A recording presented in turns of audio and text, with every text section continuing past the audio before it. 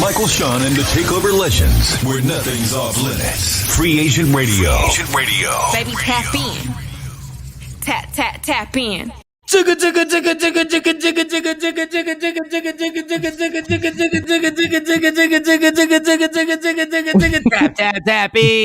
It's Friday. It's Friday, people. Goodness gracious. We done made it to another Friday. There are people, experts, and therapists who say you should not live your life for the weekend because that means you're disregarding the week. And you are probably 1,000% right. But you know what? It's Friday. We done made a Friday.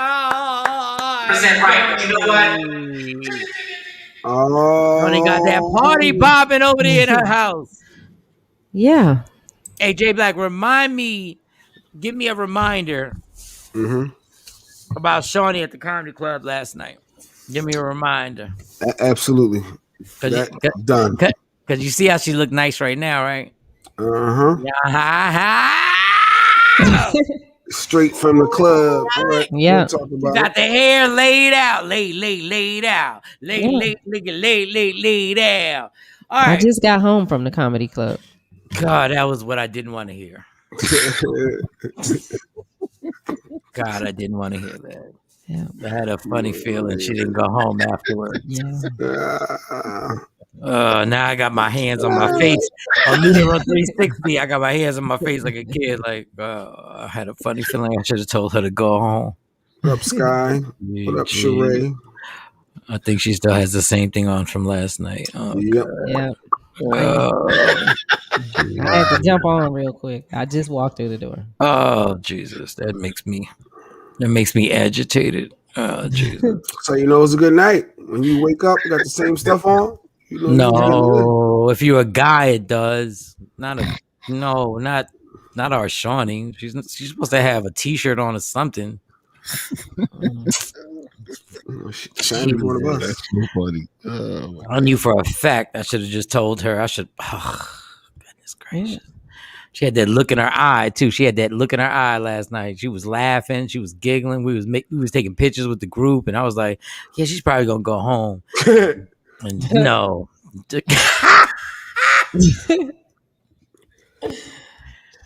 Oh God! All right, let's get straight to it. Last night, the Arlington Improv was amazing. We had a great time, and I just want to tell y'all, everybody who came out to the Arlington Improv, thank you, because I had fun. I literally did a joke simply because we did the joke here on the radio station. Oh yeah, what's the group picture they showing on? Oh, she really does. She does still have on what she had on last. God. Yeah. Oh,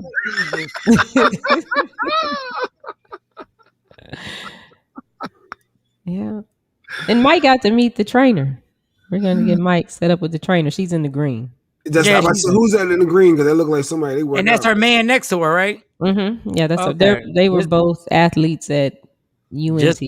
Just before Jay said something crazy. Just before I said something crazy. How'd you know? Just before. Yeah.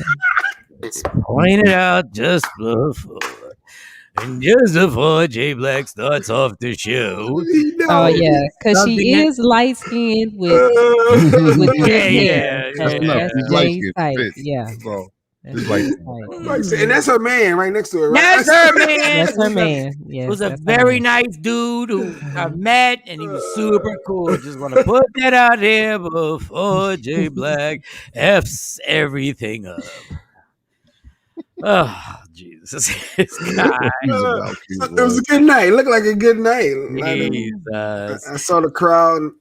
I saw the when you I guess we were on the side of the stage or whatever. I was like, wow, they packed. It came out. Mike had a professional photographer come in, so we got pictures coming of him on stage. And that was not me. That was Shawnee.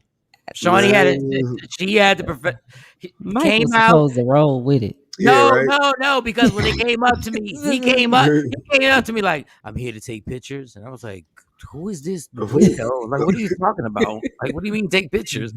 He was like, Shawnee Scott media 3. Good morning, Ashley. Good morning, Ashley. Ashley. So, what was his name? Is his name Mark? Mark. It's the guy that is on here.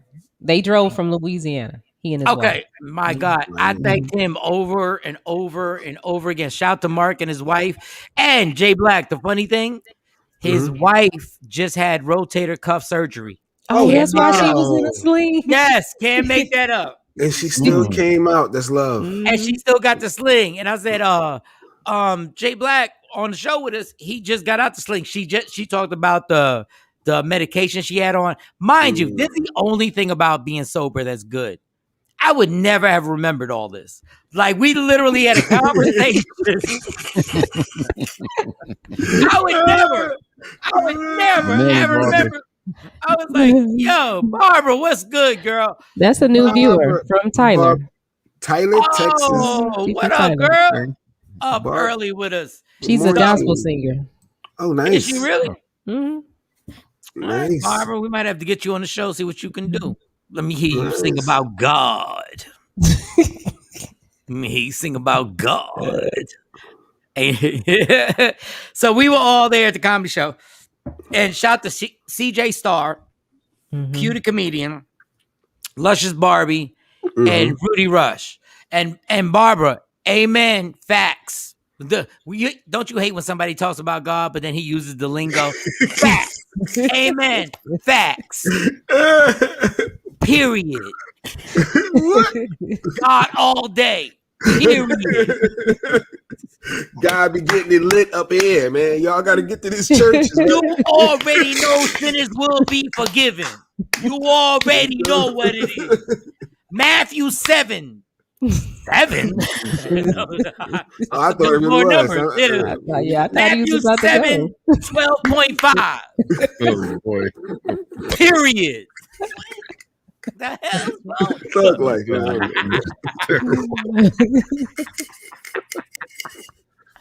Barbara, we need to get you on the show so you can sing. So we was all Shawnee had her whole squad up in there. I can say this now, right? So being on probation, with my situation, I got a bunch of I got classes I have to take, right? So I have to take these alcohol classes, and we have a lady who does the classes, and everybody zooms in. So one day when I did it, I had forgotten that we do StreamYard, Zoom, and I forgot to take my name, Michael Shawn, off, and everybody's in the Dallas area. So they were like, oh, that's you. And I was like, God damn, I forgot to take it off. Like, but I was like, whatever. I'm true transparency. I don't give a damn who knows I'm on papers. And I just learned that lingo. So I just wanted to say it. Thug life again. Okay, go ahead. Thug life, bro. Yo, Cam and Jay, I'm on papers. I'm on papers. Damn, word. Free Mike Shawn, y'all. Oh my God. Crazy, yo. So at a certain point, I was like, F it. I want, because the class is big, like, and everybody's on Zoom. So I was like, yo, everybody come to the show. And like, let's keep it $150. Everybody in the class I relate to. So they was like, yo, we're gonna go. So I wrote them all on the list and everything like that. We going, like, we going for real. And they all came. And so I said, there's a class that we do. Even the instructor, the teacher came. The teacher came. Was that the white lady talking to you? Yes. Oh my God. She was I don't know how you saw that. She was on a corner table. No, when we were leaving. Oh, no, not that. No. I want to take a picture with you, and I love you so much. And I said, dang, who is Becky with the good hair? No, not her. This okay. one was. So, mind you, everybody sees each other the way we see each other. So when I see the, I guess instructor, I don't want to call her a teacher, but she's a teacher, and she's amazing. And she's been through everything in drug abuse, and she's changed her life. She's amazing. Like, for real. Like, she really, like, this white lady right now, when she talks to us in the class, can't nobody just like play her like on some old white lady stuff, because you can't. She knows every street. She knows every hustle, every scam, and she's super educated. So when she got there, the first thing she said, she was with her man, and the first thing she said, "Oh my God," she got up and she was like, "Oh my God, you are so much shorter than you are on Zoom." And in my mind, I was like, how can you be shorter than Zoom? All you see is my face. So I was like, okay. But then she got up and I was like, yo, the teacher thick as I said, what? But I'm respectful. Her man is right there. I just caught that. I was like, hey, how you doing? Hey. And in my mind, I said, wow. I see how you was running them streets. So she was in the building, and all the people that are on my class were in there. They actually came out. They actually came out. And so the funny thing, go ahead. Does the teacher affect you being on paper? She has to give you a good grade or something by doing that class? No, okay. No, you just got to complete it. Yeah, she just rocks out like that. So when they was walking in, it was kind of crazy because I felt like a tad bit nervous because they were there. Because I was like, now I got to see them. What if I'm not funny? Psych.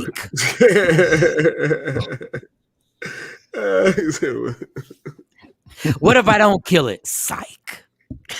But let me just chill. I had so much fun. I haven't had so much fun. Like I did some like written stuff that I wrote out that I wanted to do, but it was fun. Like the crowd was fun. Everybody was fun. Like it was like one of them things. I was just having a good time, and I had to remind myself, yo, remember to do this joke for the next show. Like, make sure you write this down.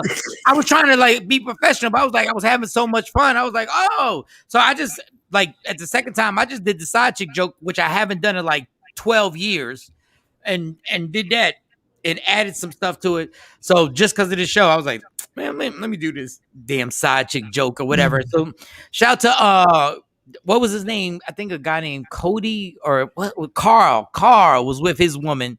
Old school. Old school was there. Yeah. And DJ from the South. I think it was DJ from the South that was with him. And there were a gang of people that were up in there. So thank y'all so much for coming out. And it was a great crowd. I can't tell you enough. When I forget to even like focus on stuff because everything is so much fun, I appreciated y'all for real last night. Like we really had a good time, and all the comedians did their thing. There were no lulls, and everybody had a good set. And so shout out to Luscious Barbie because I had never seen Luscious Barbie perform, and she promises she's gonna let me rock the TikTok. She's gonna let me know how to do the TikTok. So shout out to her. Because I'd never seen her. And whenever you book somebody, you just hope and pray that you ain't got to do 20.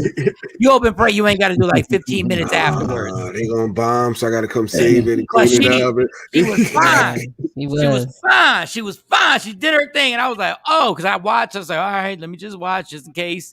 Okay, all right, no extra time. Beautiful. So it's all good. Shout out to Q, the comedian who came out there after him and Spinderella, DJ Spinderella from Salt and Pepper out. They got married, so he came out there, did his thing, and everybody, Rudy Rush, the whole nine. So we had a good time. So that turned out well, and it created a profit. Like, if I didn't make any money, I wouldn't even be talking about this right now. Like, I don't care how great the crowd was. If I had zero profit. Really good night then. But it was a good night. It was a good night. It was a good night. Good morning, Chartice. And I think we got more listeners because I made sure they downloaded Free Agent Radio. Yeah, he made everybody pull their phone out. Hey, everybody, right now, pull your phones out. Wow, it was one of them. I'm telling y'all ain't pulling y'all phones out. I need to see everybody right now. Let's go to the App Store, Play Store, whatever you got. There you go. I'm telling you, I'm not gonna tell you I don't miss having drunken stupors. I'll be a liar. But the great thing about being sober is that when you're extra, you know what you're doing, so you ain't got to second guess yourself. I was like, wait a second, I just said Free Agent Radio. I saw not one phone come out. Like, pull. Yeah. Pull the effing phones out. What are y'all doing? Like, I'm spilling my guts out here. Don't y'all know I'm on papers? I'm a thug. I'm on papers. I need all y'all listening. I kill everybody in here. I will jump off this stage. Somebody would be, every time somebody yell out and what? Walk drunk? Yeah, whatever. Queen Boy 9, good morning. I saw that. And also, good morning, Kathy. Oh, Kathy overslept because it's a holiday today. You okay, Kathy? Yes, it is a holiday today. It's a holiday today? What's the holiday? We're talking more about, we celebrate Juneteenth today. This is the official holiday that we're celebrating today. We get more into that later in the show, though. No, it's the 19th. It's the 19th, but I think they're celebrating it because of the weekday. No, they making up stuff. Celebrating. No, maybe I'm wrong. Well, we got the good doctor coming on later on, Aaron Smith, so we're getting more into that. Yeah. Black people, stop. But back to the fun. We get in there. I don't want to see you down that road yet. No. I don't care. I don't. It's whatever. Like y'all celebrating Juneteenth and like we passed the holiday for Juneteenth, and then it ain't even illegal to lynch people in most states. But them club promoters gonna be popping off. God, yeah. First 100 ladies in free Juneteenth. we stupid as hell. We so stupid. Biden signs in Juneteenth as a holiday. How about Martin Luther King? All that stuff. He got a holiday. What changed? Y'all go party. Y'all car dealerships. Martin Luther King holiday. You no credit, bad credit, good credit, every credit. Come on in. We all have a dream. Come get this Nissan Sentra. Stupid bastard. I realize I'm glad I ain't waste my time trying to go to college. No disrespect to anybody who went to college, but I'm glad I ain't trying to prove nothing. You know how dumb we gotta really be, y'all. Do you know how fast, once the word got out that they said Juneteenth is a national holiday, once it happens that easy, you know, white people like, let them have it. Tell them. Y'all didn't hear about it. Yeah, let them have it so the economy can spark. Oh, my goodness. Kathy, y'all didn't hear about that. It's an official federal holiday. Federal holiday. Ooh, it's just like Easter. Just like, come on, y'all. You know Flag Day is an official holiday, too? Flag Day, that's an official federal holiday. It's not no federal holiday. Yes, it is. Flag Day. Yes, it is. It's a federal holiday? Yeah, it's Flag Day. It's a federal holiday? Yeah, it's Flag Day. The post office closed? I don't know if the post office closed, but it's the flag. It's the flag of America, y'all. They made a holiday for the flag just going up. Just going up. Just doing this. So when everybody gets excited, it's a holiday. Dog. Do we really need to Google what are really federal holidays? Like, come on, y'all. Technically, we know Christopher Columbus ain't do nothing. Christopher Columbus is still a holiday. Like, what are we getting so excited about? They still collect my trash on his day, so his don't count. Oh my God. Yeah, that's how we base it on. Yeah, they still collect my trash, so that's good. Do they do trash? Did they pick my recycle? Do they get my recyclables up? Do they pick that up? Do they pick out the aluminum? Does the mail run on that day? Does the mail run on that day? The mail and trash. That's how we determine. Yeah, because we send a lot of mail out. Does the mail run on that day? I know, because we all. I know that ain't Kendra G. Kendra G just joined the Instagram live. Goddamn, Kendra G. Oh, Kendra G. Our former coworker. Oh, I love her. Kendra, like the job that she got me, I'm the one who got fired from it, but she got me that last job, and God bless Kendra. Oh, God bless Kendra. Kendra made that happen. I'm sorry, Kendra. I apologize. But F. White Gary. Listen, I'm sorry. What in the world? They set me up, Kendra. I love Kendra. Kendra out there in Chi-Town with Kyle and them cats. They doing it. They killing it. But she is responsible for like 8 years of the easiest checks I've ever had in my life. Nice. God, I shouldn't have ruined it. But then I wouldn't be here with y'all. Let me think. Let me think.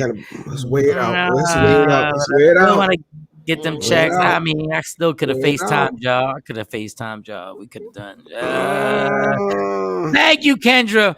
Oh, yeah. She gave my daughter still rocks. She gave my daughter some good advice about boys years ago, and my daughter still brings up, like, you remember Kendra told me this? So Kendra G, she's real. I could tell she got you the gig. She gave good advice to my daughter. What up, Kendra? Oh, shout out to her. I mean, if I would have had more people on my live, she probably would have stayed. If there was more people on my live, she probably maybe would have requested to get on. I'm telling you, life ain't life. You're judged. You're judged. You're judged. You gotta have enough. Everything is a levels. There's levels to. I promise you, if there was 700 people on my live right now, Kendra would have. Let me get on this real quick. Charlamagne would have stayed. Charlamagne. Well, yeah. Let's not bring that up. It's a Good Friday. All right. All right, let's get to these stories. What stories we got today? Oh, God. It's in the news. It was a guy that won the lottery. We should talk about the guy that won the lottery. I saw him circulating in the news in Detroit, Michigan. And he got robbed, the dumbass, stupid dummy. He got robbed. Y'all ain't got y'all the ticket. No, we got a clip of the news story. Actually, yeah, he won. He had the winnings on him. No, Cam, he won a lot. He won the lottery for like $33,000. Then he spent 20,000 of it on a necklace, and they caught him at the gas station and they robbed him. And I have never said ever said somebody deserves to get robbed. That was God that robbed you. You know how pissed God was that I gave you $33,000 and you bought a $20,000 necklace, and they robbed his ass at the gas station. And I don't know how the news people found him, but he actually talked to the news people. Do we have the clip? Yep. I'll play the clip because this is godly. It was a favorite spot for our victim, Jamal. Thanks, sweetie. Customer walks in, shakes his hand, a couple more customers behind. The guy in the black. Pay close attention to him. And his buddy, right behind. They're looking for some easy pickings, and Jamal is their target. I hit the lottery. Jamal won $30,000 on the Michigan lottery, bought himself a $20,000 necklace. You see, he's wearing it there. He's heard of people getting robbed for their jewelry. Yeah, it's a thing. So I was just looking around, making sure nobody ain't trying to get my chain, But they did get his chain. He walks out the store. The suspects were waiting. So I ran back and tried to get back into the gas station. They had grabbed me, tackled me down. A particularly vicious attack, punching him, kicking him, getting him to the ground, ripping off his gold. They took off running and jumped in their car and took off down Warren.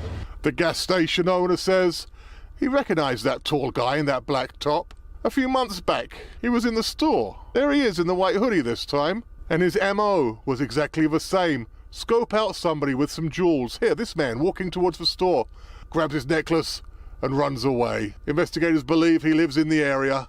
They're asking anybody who knows who he is to please give them a call. And that's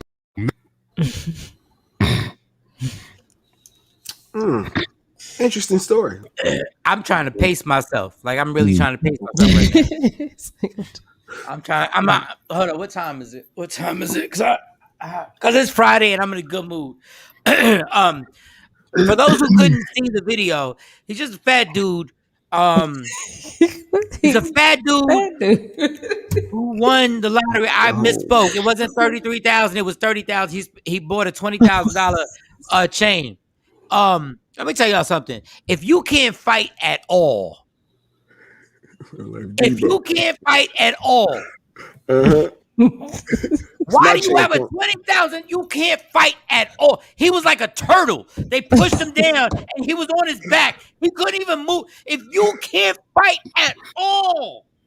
First of all, the dude that robbed him is like a tall dude. He's like a big dude, but he's not tough. I don't even know this dude. I can tell he's not tough. First of all, let's get all right. Number one, let's get to the fact that you won $30,000 and you bought a necklace. You dumbass. You stupid dummy. You stupid effing dummy. You won $30,000. God gave you $30,000 and blessed you. You don't even deserve $30,000. And God had a damn meeting with his apostles. He had Matthew, Peter, Paul, and he brought everybody together. He's like, listen, I'm thinking I'm thinking about giving this guy $30,000. And I'm sure out of the 12 apostles, like 4 were like, don't give him nothing. And then they were overruled because you're so pathetic that the other apostles said, just give it to him just to give him a chance in life. So God was like, okay. So God probably had to go to the heavens human resource and say, yo, send this blessing down to this guy. And everybody in human resource was like, him? They're like, him? And it was like the angels in the back going, they were like, him? Yeah, send it, just send it. I'm God. Stop questioning me. I'm tired of working here in heaven. And I got you people trying to question me. I'm God. Send him $30,000, damn it. Send it. And he sent the $30,000 after God had to beef with his staff. Like heaven didn't even agree with God giving you the money. And you bought a $20,000 necklace. And that's when the apostles came up that voted against them and said, see? The apostle just came and said, see? Oh, God. We told you not to give that trifling fat ass $20,000. I mean, $30,000. Look what he did, God. He bought a necklace. So they bought a damn necklace, and then, now normally God would protect you. I'm sure God, when he saw the thieves coming, was going to try and protect them. And I'm sure the apostles popped up and said, F him. Let him get robbed, God. He wore a $20,000 necklace to a gas station store, my dude. Like, he purchased something. And he wore a $20,000. Do you know what a $20,000 necklace looks like? Like, are you kidding me? Look like it ain't his no more. Well, yeah, I mean, he can stunt a little bit though, right? I mean, he never had nothing. He wanted to treat himself to something. He took 90% of the winnings. I don't even know if that math is right, Shawn. Tell me that, man. If it's 30,000 and he spent 20,000, ain't that 90? That's 90% of it. That's 10%, right? That's only 10. Oh, what is it? 80% of it? That's 2/3 of it. So yeah, 2/3. Wait, 20,000 out of 30,000 is 2/3? I thought that would be 10 and 10. 10, 10, and 10. That's 2/3. So 3 would make it a whole. So it's 2/3. Fractions, yeah. I think you're wrong. No, she's right. I'm going to ask somebody else. You're right, Shawn. You know it. 20,000 out of 30,000 is a third? I thought 2/3, yeah. Mm-hmm, that's 2/3. So 15,000 out of 30,000 would have been 10,000, 10,000. Take away 10,000. Put the 3 on the bottom, 2 on the top. Yeah, I think y'all both dumb. Mm-hmm. Okay. 15,000 would be half. Yeah, that's what I'm saying. Whoa. 15,000 would be half. Mm-hmm. Oh, so you're saying that would be 75% of it? Yeah, it's 2/3. Oh, 2/3. Oh, okay, 75%. Yeah, you guys are right. Yeah, 75%. Ask Dr. Hall. Hey, Dr. Hall. When in doubt, ask Dr. Hall. All right, back to the point. This fat ass deserves to get robbed. They should have taken his shirt. And the dude that they showed the picture of when he came in, you could tell he's really not a real tough guy. He had his wrist bent. And the last video, y'all can't see it. He had his wrist bent. He walked in. Peep that. You a soft ass bag. You peep that. Oh, stop it. But how do you get $30,000? Oh, but okay, maybe it's his upbringing. Maybe he ain't never had nothing. Oh, you could have been living good. Now you got robbed. Oh, no insurance on the chain. Of course, no insurance on the chain. Of course, no insurance. Stephanie said he was real life Debo that guy. Real life Debo. You should have been Ice Cube and fought back. Oh, my bad. You couldn't. Once he fell, it was over. Think about it. Yes. He didn't throw that old lady in the store back up in a chain with a walking thing. She was backed up like Dog. This how out of shape he was. They took a $20,000 chain with no gun, and he didn't swing one time. Strong. I am no thug. I am no tough. The chain I have on right now is like $100. Still yours though, right? I'm swinging. If there's no gun involved, you really just gonna snatch it? No, we're gonna fight. We're just gonna fight. Like, no, you're not just snatching this. I don't care if I gotta hit you with a Slurpee because I'm coming out to 7-Eleven. I don't care if I gotta hit you with this cola Slurpee in your face. I'm staining your shirt. But he ran. If you notice, as he was walking back to his car, they were approaching him from another car. He just immediately turned around and ran like he knew what was about to happen. He didn't even try to take it off. To try, like you said, to stand his ground. He ran. He immediately ran back to the store. Yes. Trying to like, what are we doing? But how you gonna stop at the gas? This is a crazy place. You stop at the gas station and you don't tuck. There's another thing about y'all people. There's a point in place you have to tuck your jewelry. Like you gotta know I can't defend myself. I gotta tuck my jewelry. Like whatever you were getting. I don't know if you was getting like Funyuns and I don't know Kit Kats because you were fat ass. Oh God. God gives me 30, maybe I start a business, maybe pay my bills, pay it forward. Nope, a dope necklace. Yeah, I mean, Stephanie, we don't want to pile on. Like, we don't want to pile on. But yeah, you're right. No, you're right. We don't want to pile on. I mean, pile on that he didn't swing one time. Like he didn't, like just take one home run swing, just in case. Just let's see what happens. That's true, Mike. Just in case, you never know. If you fight back, people like they don't like. There's no gun. Let's be clear. There was no gun. These cats just straight strong armed them. If there's a gun, you just go like, you got me. But if there's no gun, if you make it difficult, there's a chance you could keep your necklace that you don't deserve to keep because God had to fight his whole staff in heaven to give you this $30,000, and they're laughing at God. You embarrassed God for giving you this blessing. $20,000 chain and with a $20 Walmart outfit. Oh, Kathy, don't go out the outfit. Jesus, Kathy, why you always acting like you better than everybody because you gotta come on, Kathy. Your jury gotta match your gear. Your jury gotta match your gear. Sometimes when you just start, it takes time. Well, all he had left was $10,000. He couldn't do too much with that. Which is probably more money than he's ever seen in his life. Jeez, man, dog.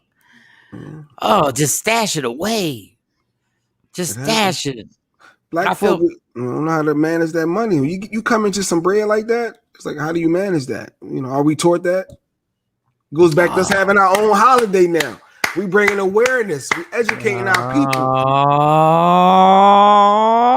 Oh, shut up.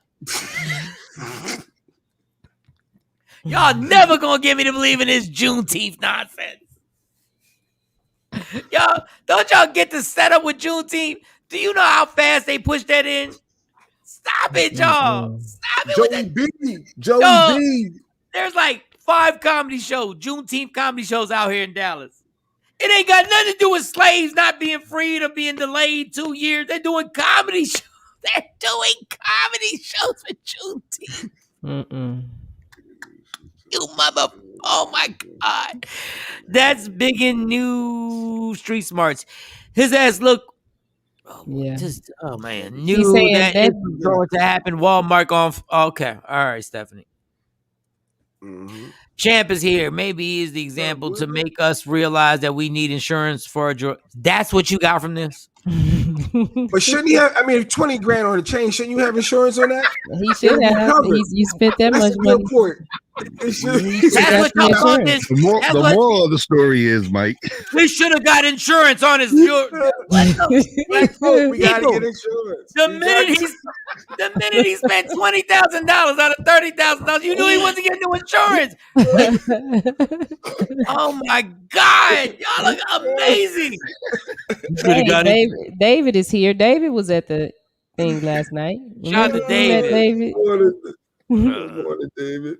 David came up to me. Shout out to David. Thank you for coming out. And got love for you, David. But David came out to me and said, I'm David. And then he just said, David just came up and said, I'm David. I'm David. And then he did a Louis Armstrong impersonation. He was like, what a beautiful world. Like, I'm not. No. I remember him. Yes, he did that. But he went right in. This dude ain't even set it up. He said, hi, I'm David. What the trees and things.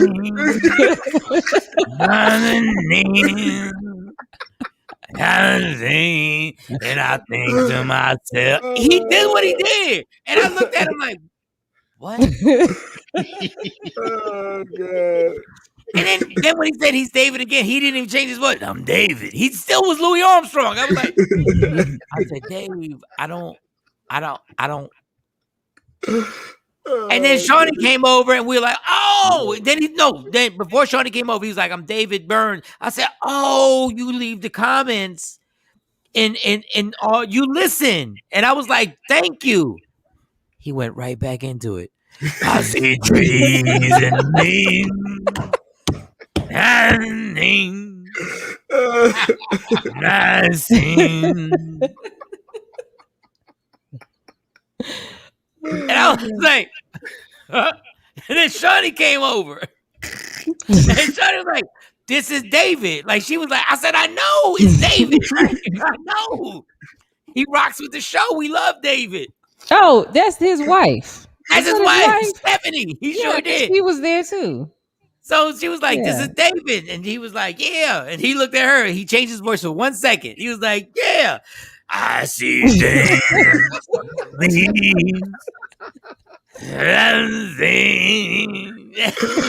Oh, God. Yeah. But then Jay Black remembered what he was trying to tell. But Jay Black was the one that put me on. I know, Dave, but you got to, before you go into the impersonation, you got to set me. Do you know how lucky I wasn't drunk, Dave? If I was drunk, I'd have been like, yo, what the are you doing? Like, what are you doing? But then I remembered he was like, he did the impersonation. He's like, I did the impersonation. He was in character. That's his home run right there. That's he ordered a margarita. I heard him. He was like, I need a margarita. An extra shot, mozzarella sticks, and 1 slice. And I think to myself, how expensive the improv is. Like, what? So you should have put him on stage. You should have put him up there. I didn't even know because he told me afterwards. But Dave, yo, thank you so much. Like, I love it. I'm wearing a Texas Rangers shirt in my Louis voice. I want the Rangers to win.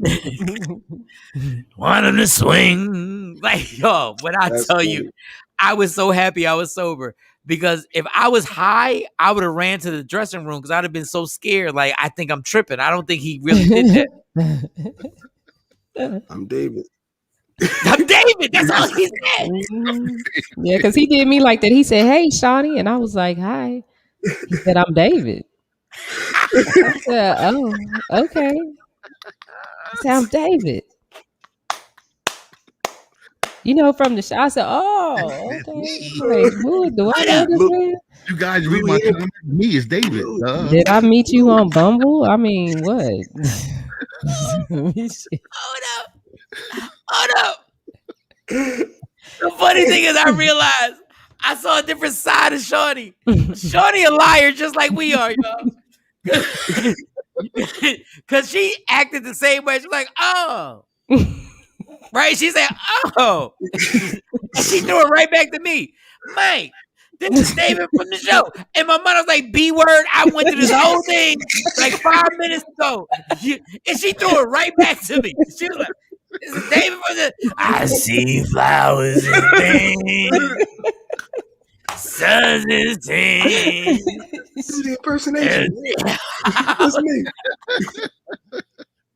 And that's exactly what he did.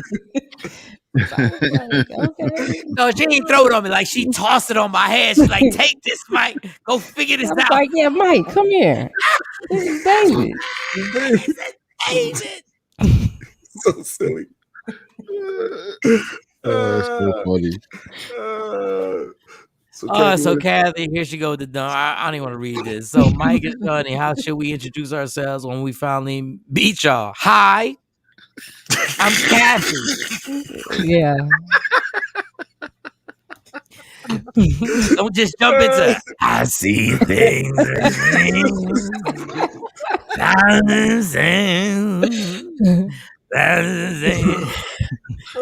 Dave, you know we got super love for you. Thank you so much for coming out with your wife. We got super amazing love. And there was a white girl, a white woman who came up to me, and I hope she's listening because she was excited. Sometimes I be like, I don't even get the excitement, but thank you. She was like, you would have thought Mike was Barack Obama. Yeah. Like, she said, "Oh my God, it's you! It's you! Oh, can I take a picture with you?" Shawnee, don't be offensive. Don't be offensive. Dang. Don't be offensive. She was showing love. Look, she was showing love. Wasn't nobody else in the little foyer but Mike and that woman. Like, it was 100 of us there, but when she saw Mike, oh my God. Can I have your autograph, Mike? Hey Jay. Shawnee ain't nothing but you. She gets protective. She stuck her lips out. She was like, "Really, bitch?" And this is a nice woman. She was super nice, and Shawnee had her head tilted to the side. You know he engaged, right? And he got 3 kids, right? You know he got 3: Amani, Akela, and Autumn. That lady was being super nice. She took Mike right off. What she have on, Shawnee? She had a nice outfit. No, wait. I don't mean that. I don't mean she didn't have a nice outfit on. No. Thickness, like no. Oh, okay. Listen, no, she looked like one of them white girls. Shawnee, she might be listening, Shawnee. She might be listening. Oh, I mean, but she know what she looked like. She was a white girl. She had long blonde hair.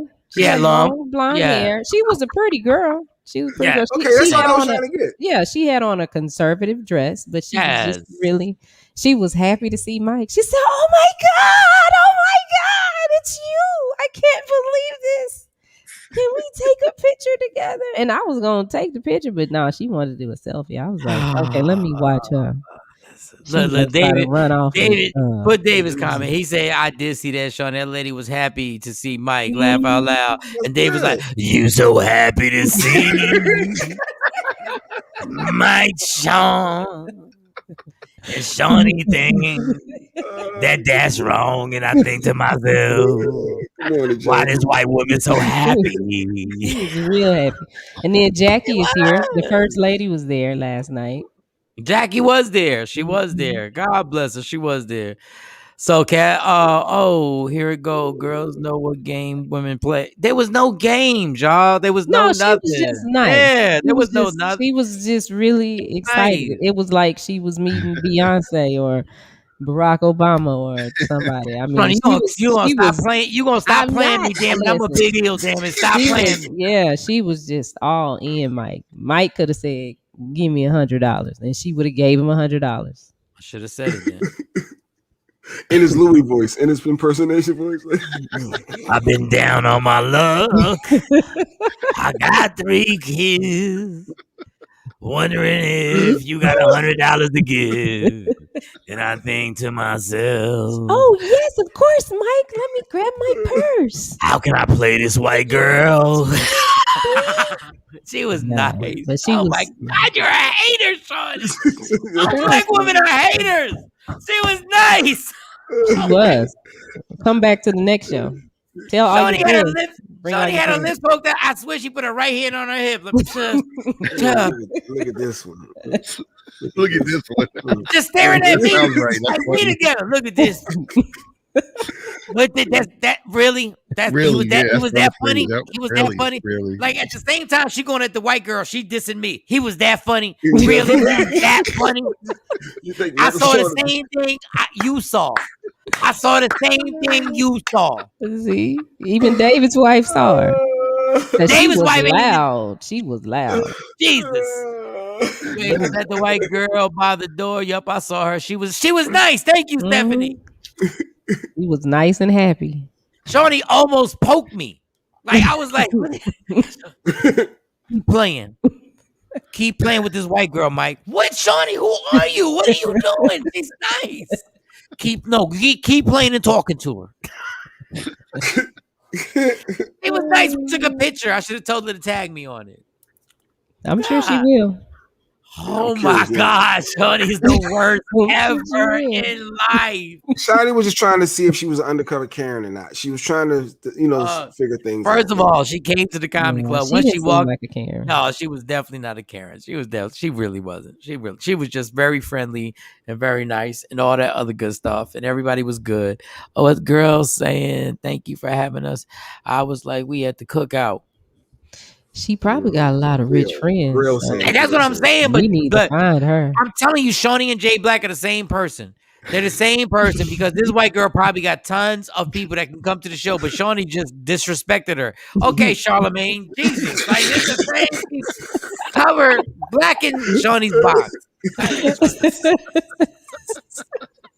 Same two people. She was doing the lady paid her money, wasn't even a free ticket. She paid her money and she had a good time. And Shawnee's like, hey, she's like, hi. Why would you do that? Oh my God. I guess she won't be at the next show. Okay. That's funny. I put a box up and I can't see my clock. Miss Bush. 6:56. Okay. Ms. Bush, what's going on? Let's take a black and mild break. What else do we have to talk about today? Does anybody have? Because Jay's on vacation, so Jay ain't even researched nothing. Jay was on the pool, had his feet in the water. He was looking at dolphins. The funny thing is Jay watching dolphins. That's the funny. I wish they would just video Jay looking at dolphins and going, ooh. Look at that one. Look at the dolphins. This same guy who that tells you the evolution of life. This is the same guy that was stealing cars at 16. Now he's like, look at the dolphins. Oh man. Oh, speaking of stealing cars, I think this dude stole a motorcycle and stopped to get gas. We got that for it. Yeah, I saw that. You deserve, like, if the police ever just ran up on you and did something bad to you, you deserve everything. Like the fact that this guy literally just stopped. He was on I guess it wasn't a high speed chase if you get to like slow down and get gas. You want to see it? Yeah, just see it. For those who can't see it, I'll describe it to you right now.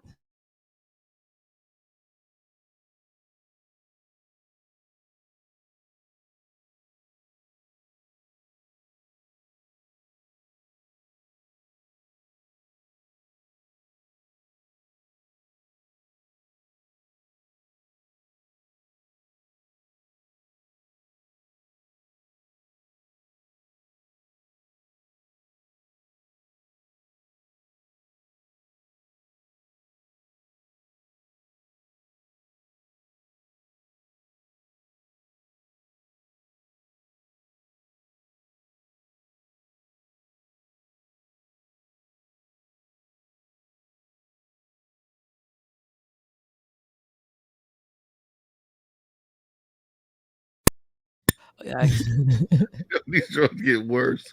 These guys get dumber and dumber. Dog. He put like 25 cents worth of gas in that joint. He put a spit.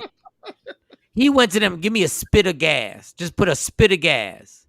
Ridiculous. Oh my gosh. Can we sidebar real quick?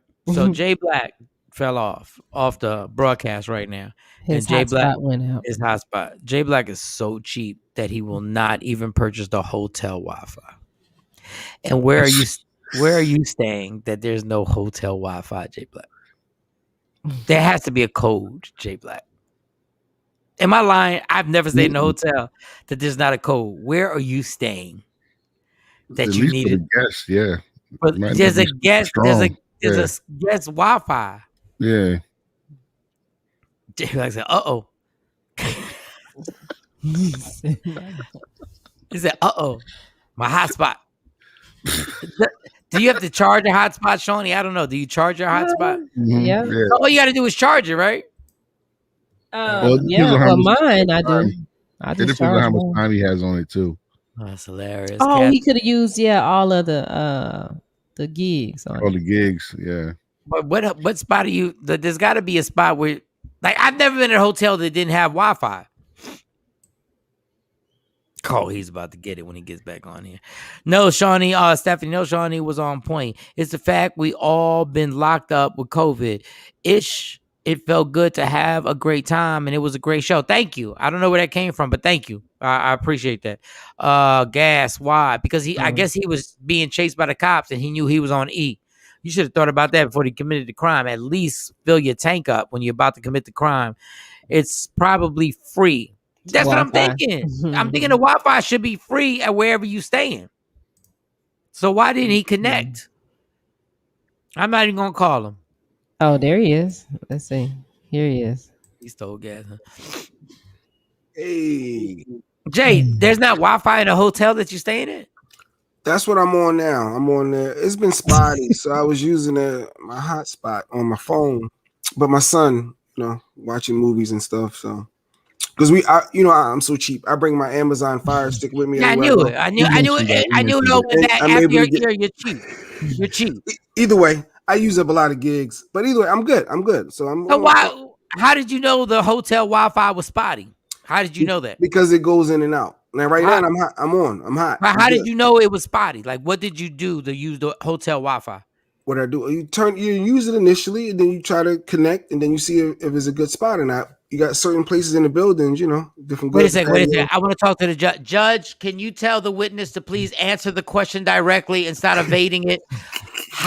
What did you do with the Wi-Fi, sir, that it was spotty? Like what? I connected my Amazon Fire Stick, right? Mm-hmm. And then it would not fully operate as intended. So therefore, my takeaway was because of that. So then when I use my hotspot, everything is fine. So I said, okay, it must be the Wi-Fi. Process of elimination. So it just didn't load fast enough for you. It didn't load. No. It didn't load at all. It wasn't strong. So maybe it was your Fire Stick. Maybe your Fire Stick not working right. Fire Stick works fine with my hotspot, but I just used up all 15 gigs. So, but either way, why are we talking about this? Your Honor, please tell the witness to stop being hostile to me, please. I think to myself. Because I was just wondering why would you use the Fire Stick? I mean, why would you use the hotspot? Like we were like, so your hotspot is dead, or can you charge it? Oh, I'm a rap now. I ain't realized you only get 15 gigs for the billing cycle, but you got a 15 gig only. Who you got? Verizon. What do you mean? Call them and get 100.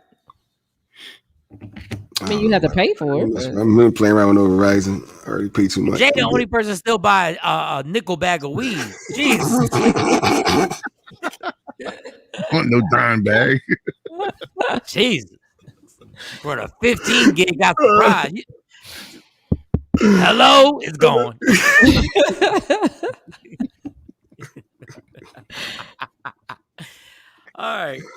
All right, Jay Black's back. We might as well take a Black and Mild break. What we want to come back to, let me tell y'all something real quick before you say this. These Texas mosquitoes are on some next level ish right now. I'm going to tell you right now. I got bit in the hand. I told you it swelled up. It went down. Now I got bit in my right arm. I don't know what's going on in this balcony, but Shawnee gave me a whole bunch. Let me tell you how country Shawnee is. Before we go, let me tell you how country Shawnee is. Shawnee has a country remedy for everything. So I told her I'm getting bit. And Shawnee, being helpful, being a mom at all times, said I should go to the store and get what was the candle? The off candle. The off candle. The canola candle. And I can get that at the grocery store. I can get that at anywhere, right? I can get it at the Walmart and all that good stuff. Mm-hmm. And it's called the off candle. But then she said, if you don't get the off candle, you can get what? Water, apple cider vinegar, and you can even put a little sugar or honey in it. And they'll fly to it. And put it in a bucket. Mm-hmm. I don't know why that's hilarious to me. When she said a little bit of sugar, I was like, God damn. Even the mosquitoes gonna have diabetes with black people.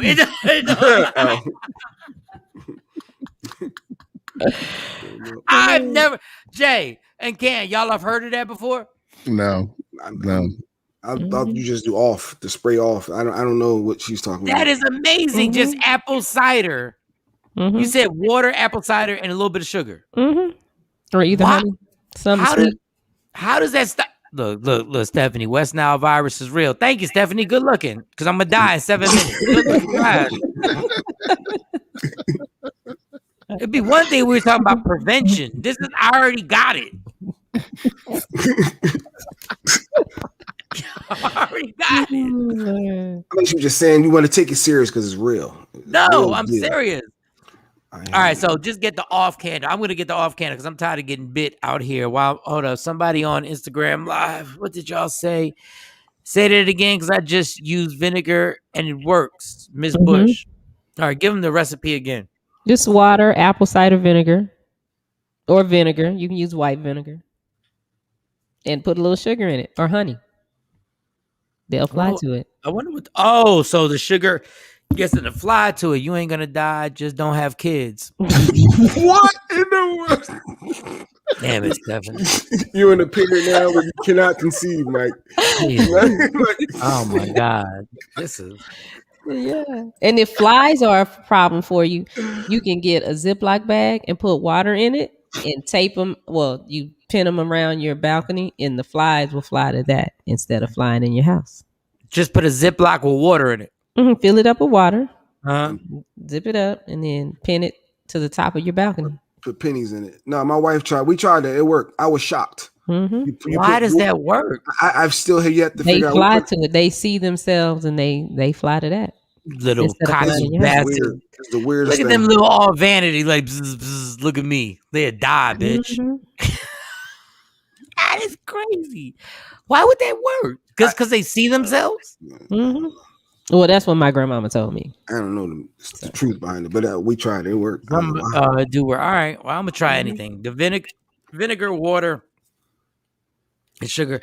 I'm just gonna get the off candles and light that thing up because I'm tired of the fact that I got what did she say I have?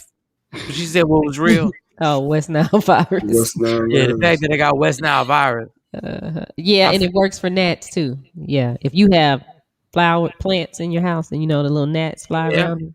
Yeah. If you sit that on the table, they'll fly to that instead of wait. Fly to what? The vinegar, whatever. Yep. Water, vinegar. That's it. If I just put those two sugar and a little sugar or honey, some sweet. All right. Well, I actually mentally put that down. I got to write that down because these bugs are irritating the hell out of. All I want to do is smoke a black and mild, especially at night. It's like these vultures come out at night when I'm sitting there and I don't turn the light on because I made the mistake of turning the light on one time and smoking my black and mild.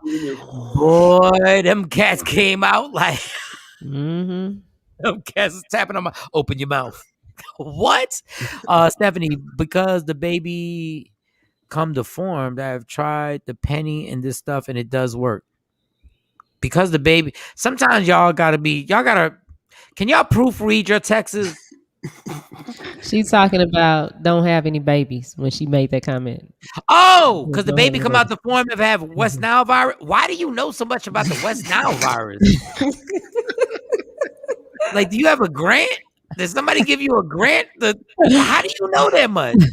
I mean, God bless you. Probably just smart because those bugs will smell it. Now Dave Burns, that's her husband because the bugs will smell it. And I think to myself, what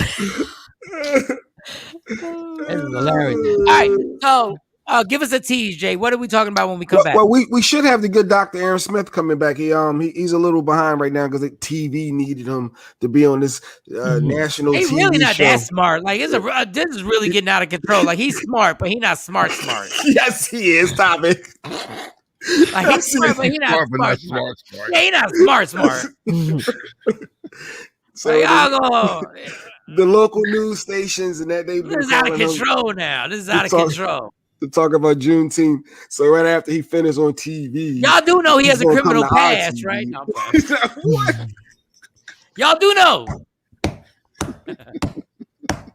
I had to pull this dude off of somebody. Listen, it's hater about. I got this from Shawnee last night. Hating. Listen. He's bright. He ain't even smart. He's bright. Yeah, Dr. Hall. He's very smart. Dr. Hall. Hey, Dr. Hall, ain't nobody asked you about prostates. Settle down. Oh my goodness. Oh God. All them perked on up on a Friday. Hey, he is smart. Ain't nobody talking about no medical stuff. God damn it. The news that I work for. Oh, here goes Stephanie. This is when everybody got approved. They got to put their resume out. I say one thing, I'm joking, and they got to throw their resume out. The news and I worked for a doctor for 10 years. Stephanie, no, you ain't got to prove nothing to me. I don't know nothing. Don't worry about me. I think he's smart. Stop hating. Kathy, shut your cowboy wearing ass up. She said the best people have mug shots. Whatever. Everybody getting their mic. Everybody, no matter who kind If they was guns, he We be ain't dead. talking about touching your breast for cancer spots. We talk about the person I know, damn it. I know this man. They jumped on mic quick. Bring them on. Bring the comments on. Bring all the comments. Dr. Harden got kicked up. You don't go take care of somebody and save a life and leave us alone right now.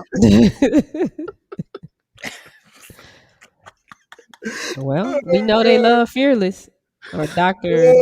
Aaron Smith. Dr. Aaron Smith. AKA the rapping professor. AKA I won $1 million on Beat Shazam. He's so intelligent.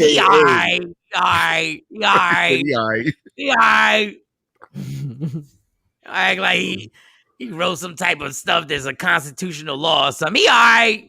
Oh, we can ask him with the guy getting the lottery winnings and buying a $20,000 chain. We can ask him. I don't even want him on the show. Cancel him. Cancel him. What?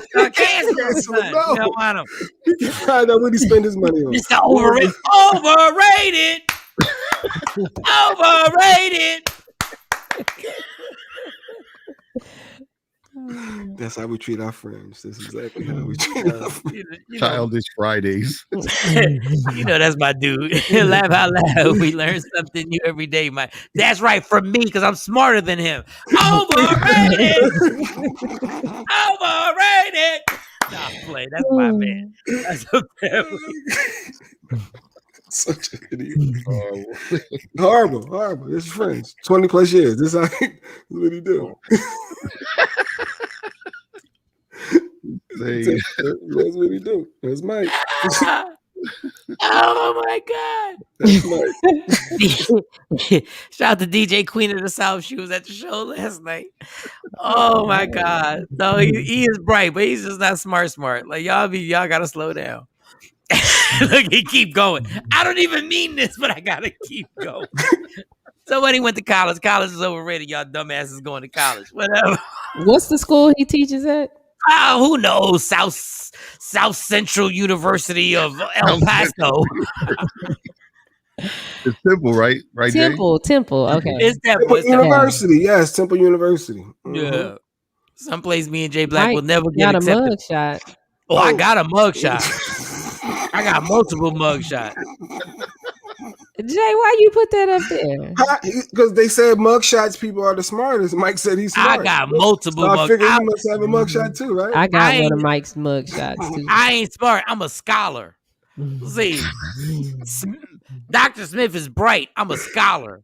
Like when it comes to mug shots, book smart, little book smart, not street smart. Stop coming at his neck. Like I was playing. Why? I didn't want nobody to join on my side. I think she talking about him. He's book smart. You street smart. Yeah, it makes more. Street smart is what made this country work. Yeah.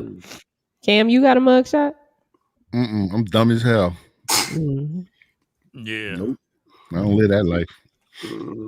I get my refresh history lessons from him. I've been out of school for a while. This is Kathy. I've been out of school for a while, so he's refreshing and refreshes my brain. Shut your ass up. No matter what. Yeah, put that stupid ass comment back up. I get my refreshed history lessons from him. I've been out of school for a while, so he's refreshing and refreshes my brains. First of all, you said brains like you got multiple brains. That's not. Like you got a main brain and a side brain. Stephanie said. Wait a minute. Stephanie, okay, let's wait a second. Hey, I got one question. What in the heck was the video with those two white girls singing about doing it in their butt? And God, this ish was crazy. We played it. At the beginning, yeah, there was this video that played. It started with Marvin Sapp. Never would have made it, and the people were in the church dancing. And then they at the had comedy club. yeah. Oh, okay. Yeah. Well, who put that together? The DJ. Well, that's an actual song that gets played at the club. Never would have made it, and then it goes into, and then when you go to these clubs now, the DJ will have videos for every song they play. Good morning, Mark. Hey, so Mark. That video will play at the clubs, like when what's his name, the club. What was that club? Park Ave. When that was open, the DJ would play "Never Would Have Made It." Then it turns into a club beat, and then there's a video that runs with it. Yeah, and then behind it, Coming to America came on, and they had the different people's faces. They did the scene where Eddie and Arsenio are sitting in the booth at the club talking to the women. Yeah. My name is Peaches, and but it was 50 Cent's face. Yes, it got superimposed with 50 Cent's face. Yeah. Where is that? Where can we find that? You can get it on YouTube, because they all just get it on YouTube. I didn't see the girls doing it to each other. I didn't see that part. Yeah, because I was like, what is this? Mike got up here. Okay. Then it got funny. It goes. Pronounce that name. What's that name, Shawnee? Pronounce that name, because I ain't even try. That's Queen Born. That's Queen Born 9. Why she changed her name? No, that's Queen Born. No, that's yesterday. She had to switch the account. Chachina. She was on already under her name on the Twitter. But go ahead. She said we do have two brains, left and right. Yeah, but it's in one brain. I'm saying she got a side brain in her pocket. Queen Born. You have two parts of your brain, but it's in one brain. I was like, do I have to? I don't like explaining jokes. I meant like she got a side brain in her hand. Like she got a brain in her hand. That's not called two brains. That's called two different parts of your brain. We do have two brains. No, you don't. You got a brain that has departments. It's got stuff. It's broken up. It's got a frontal, a back, and it's broken up. I said she acts like she got different brains. Like she just grabbed, hold up, let me go in my purse real quick. And she grabbed another brain and was like, look, let's use this brain. It's Tuesday. This is my Tuesday brain. Still the same. Queen Born, I love you. Sometimes y'all be trying to get too damn intellectual early in the morning. We do have two brains. No, we don't. The hell was that? Go ahead. Put your comment up now and say sorry. So type your comment and say, my bad. I say I'm wrong. Type your comment and say, on a Friday, my bad. You right. It all is in the same brain. It all is. It's just different parts of the brain. Say it. Say it. Text the comment. Y'all quick to be texting. Flick. Oh, text. Put the comment up. We waiting. Say man. Good morning, Michael Shawn. Oh, thank you. Good morning, sweetie. But we need another person to text. Queen Born. We need her to text. Put your text up. My bad. Go ahead, just say that was my bad. That was kind of dumb. We do have two brains. No, we don't have two brains. Go, put it up. Come on. Kathy's here. Here goes Kathy trying to defend. Each side retains different information. The right side is my stupid dummy side. Thank you, which I listened to. The right side, I listened to Dr. Smith. Well, the right side is your real stupid dummy side. That's your stupid dummy side. You said the right side twice. Okay. Sassy. Yeah, you said the right side twice. You ain't got no left brain. You ain't got no left. Oh, Queen Born said, nope, you ain't getting no apology from me. Queen Born, be a grown ass woman, Queen Born, under your false identity. Come on. Say, my bad, you right. It's all in the same brain. All right. Let's take a break. All right, yeah, take a break. Let's come back. Bush said, my bad. Oh, she said, my bad. Put my bad. Somebody say my bad.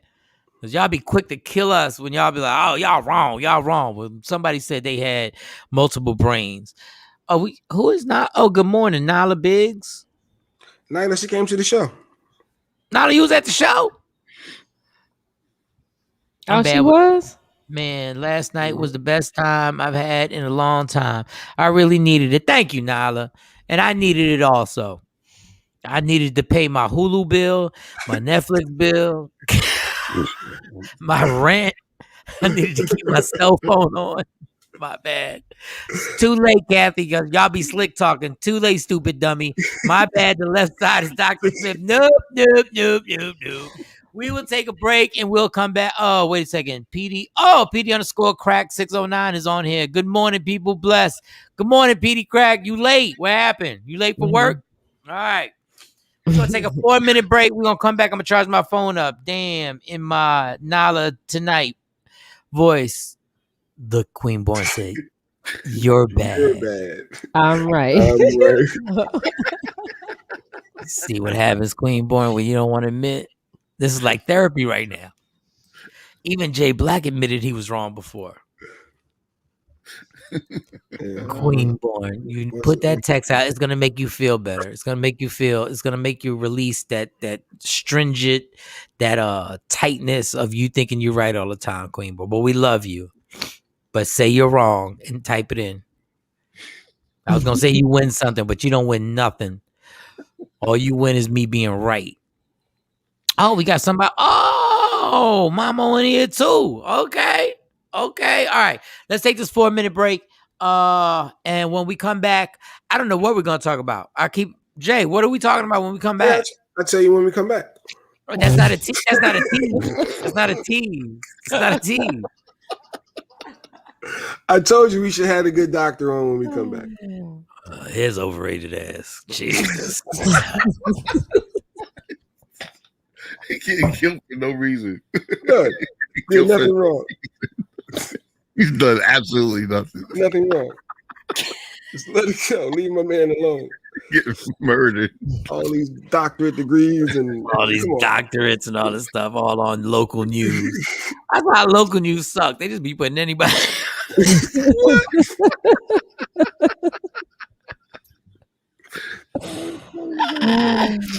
Nyla, what's good? All right, we're gonna have somebody who's not smarter than me next when we come back. So, this is my dude, Dr. Smith. We love having him on here. He is the rap professor. He's a professor at Temple University, and the man is highly intelligent. So when we come back, hopefully we'll have him on. He's actually doing TV. So we'll come back in 4 minutes. I smoke a black and mild. It's Michael Shawn and the TakeOver Legends. Yeah, yo. What up, y'all? It's Michael Shawn from Michael Shawn and the TakeOver Legends. And just in case you missed the show, check this out. I've woken up in jail a few times, and what was the lowest point where you were like, I don't know if I can get out of this? Like, what was the lowest point in your life where you're like, I think I've screwed up so much that I can't lift myself from this guy? Well, it had to be when I was in jail, and I had a new baby. And I was in jail for months for bank robbery. And I'm doing a documentary. Y'all think you know, but you don't really know. No, we don't know. Go ahead. So I was in Twin Towers Correctional Facility. Here's what's crazy. Now follow me with this. I did a movie called The Rock. Remember I told you did The Rock? Right. Uh-huh. Part of the interior jail scenes were shot at Twin Towers Correctional Facility when it was just opening. They used to have a jail in LA called Sybil Brand. Sybil Brand was so run down and rat infested and disgusting and horrible. Even they even made an old movie called Sybil Brand with like the Brat and some people like that. Mm-hmm. So they built a new jail, and it was Twin Towers. Before Twin Towers opened, during the transition from Sybil Brand to Twin Towers, they shot part of The Rock in it. Now I'm in The Rock. So now I'm incarcerated in a jail that I'm in a movie that has that jail in it. Like, go figure that. Oh, wow. And I had already been on TV, so the COs knew who I was. And the Campbell, what you doing in here? And I got to jail, and it was like, what's up, Hollywood? Hey, Hollywood. So I went through all that. Just out of curiosity, when you said robbing the bank, was it the Cleo style from Set It Off, or was it the pass the note? Like when you was robbing, like what did you pass the note, or when you came in there guns a blazing, everybody get down? I worked at the bank I robbed. Inside. I just took the money and went like this. Michael, Shawn, and the TakeOver Legends. Your escape from reality. Right here on Free Agent Radio. We the worst records, baby. We about to create a perfectly horrible song. Y'all know I've been in the gym. And now all I wear is tight shirts, tight shirts, tight shirts, tight shirts, tight shirts. Yes, I do. Michael Shawn wears tight shirts every day. I wear tight shirts because I'm working out some. And if I wear the right size, you won't see none of my little cuts in my arms or whatever. Short sleeve tight shirts in any type of weather. People talking trans when they see me in the street. Your shirt's so tight, we can see your heartbeat. Man, clown me if you want, I'm sticking to my guns. And when the summer comes, it's gonna be fun. You can crack jokes and treat me like a jerk, but one day you'll see my six-pack right through my shirt. And even if I wanted to, I just can't stop. I just might rock an Ezekiel crop top. Whoa. What? Did I take it too far? What? Yes. Whatever. Tight shirts in the morning at work and when I grieve. I even wear tight pajama tops when I sleep. Tight shirts. Tight shirts. Yeah. Tight shirts. Come on. Tight shirts. Come on. Tight shirts. Come on. Tight shirts. Every day. Mike Shawn wears tight shirts. To the gym or wherever. Tight shirts. Tight shirts, tight shirts, tight shirts, tight shirts, Michael Shawn and We the Worst Records, Pluto, Aristotle, and P Skills have just destroyed or created another perfectly horrible song. Yeah. Check out the next single, Grown Man Wearing Skinny Jeans.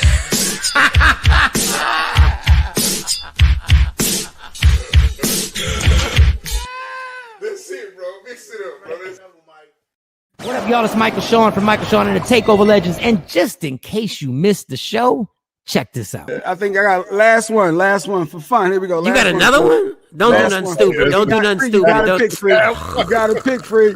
Cheryl Underwood, Viola Davis. Every woman is gorgeous. Every woman is... God, Jay. Why would you do that? Viola be before she take that wig off sometimes on Scandal. She looking all right until she, snatch the wig off. When she snatched that wig off. That show where she would take the wig off when she would get home. She's all frustrated. Oh my God. She'd be like, Yep. Michael Shawn and the TakeOver Legends. Your escape from reality. Right here on Free Agent Radio.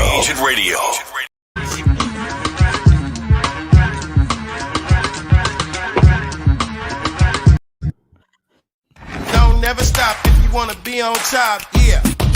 Tap in. Tap in. Happy Friday to everybody. We done made it to another Friday.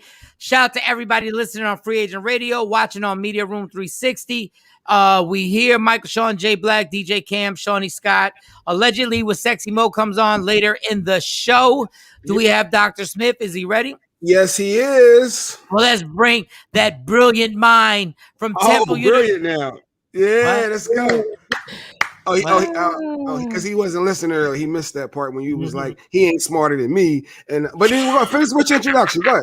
Let's bring on multiple degrees, doctorates, masters. Come on, keep going, Mike. Temple University, rapping professor. Give it up for Dr. Smith. There we go. Good morning.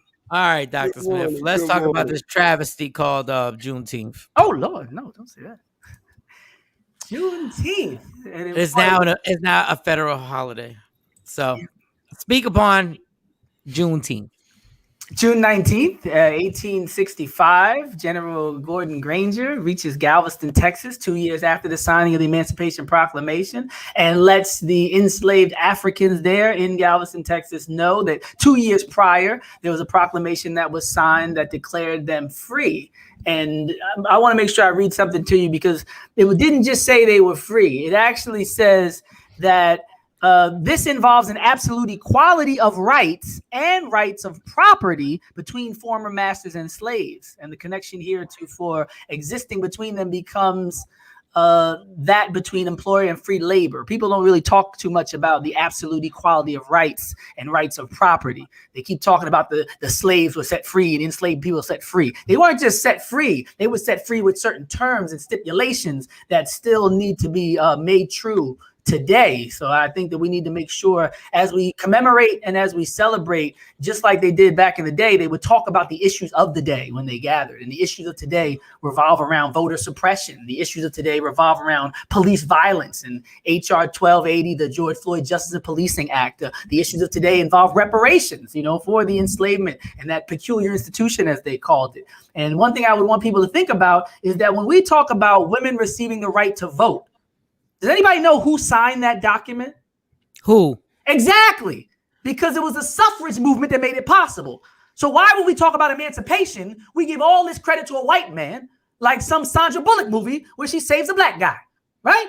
When we talk about voting, we talk about suffrage. So when we talk about emancipation, we should not remove the African agency and those people who struggled for generations, sometimes fought and died to make that moment possible, and force Lincoln's hand, like author Lerone Bennett says in his book called Forced into Glory, about Abraham Lincoln not really being about that life and kind of, just being a straight out racist, but ending up signing the paper. So we're not going to do anything different than we usually do in history. When we talk about the Voting Rights Act, we talk about the Civil Rights Movement, and we talk about, SCLC and the Black Panther Party and Martin Luther King. We talk about the people who made it possible.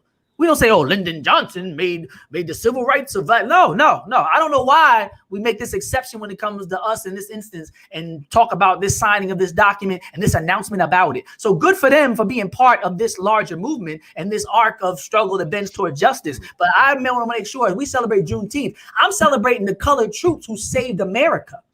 Because they didn't let enslaved Africans fight because they liked them. They let enslaved Africans fight because they were losing.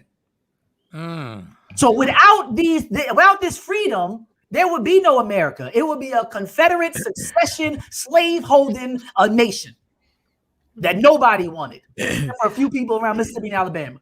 So I think everybody needs to get their mind right and celebrate Juneteenth. Those people who immigrated in the 1980s when they passed that Immigration Act, there would have been nothing to immigrate to, and there would have been no idea of freedom and justice to come and take part in if it wasn't for African Americans. While white people were talking about liberty and tyranny, they didn't understand that they can't really talk too much about freedom while they was owning other people. That notion of freedom, American exceptionalism and freedom of American that patriots talk about today, that's something that was born in the minds and hearts and spirits of African Americans. And the irony is they said we'd be in bondage in perpetuity forever. So the America that we're all experiencing today is more in line with the idea and vision that people who weren't considered human held than those who were making the actual laws. The people who are making the actual laws said we're going to have a slave state where black people would never be fully human and they'd be in slavery in perpetuity, which means forever. But there were people whose mothers were in bondage, grandmothers were in bondage, who were born in bondage, who had a vision of America that was more equitable, more free, and more diverse. That is what we live in today. So we are actually experiencing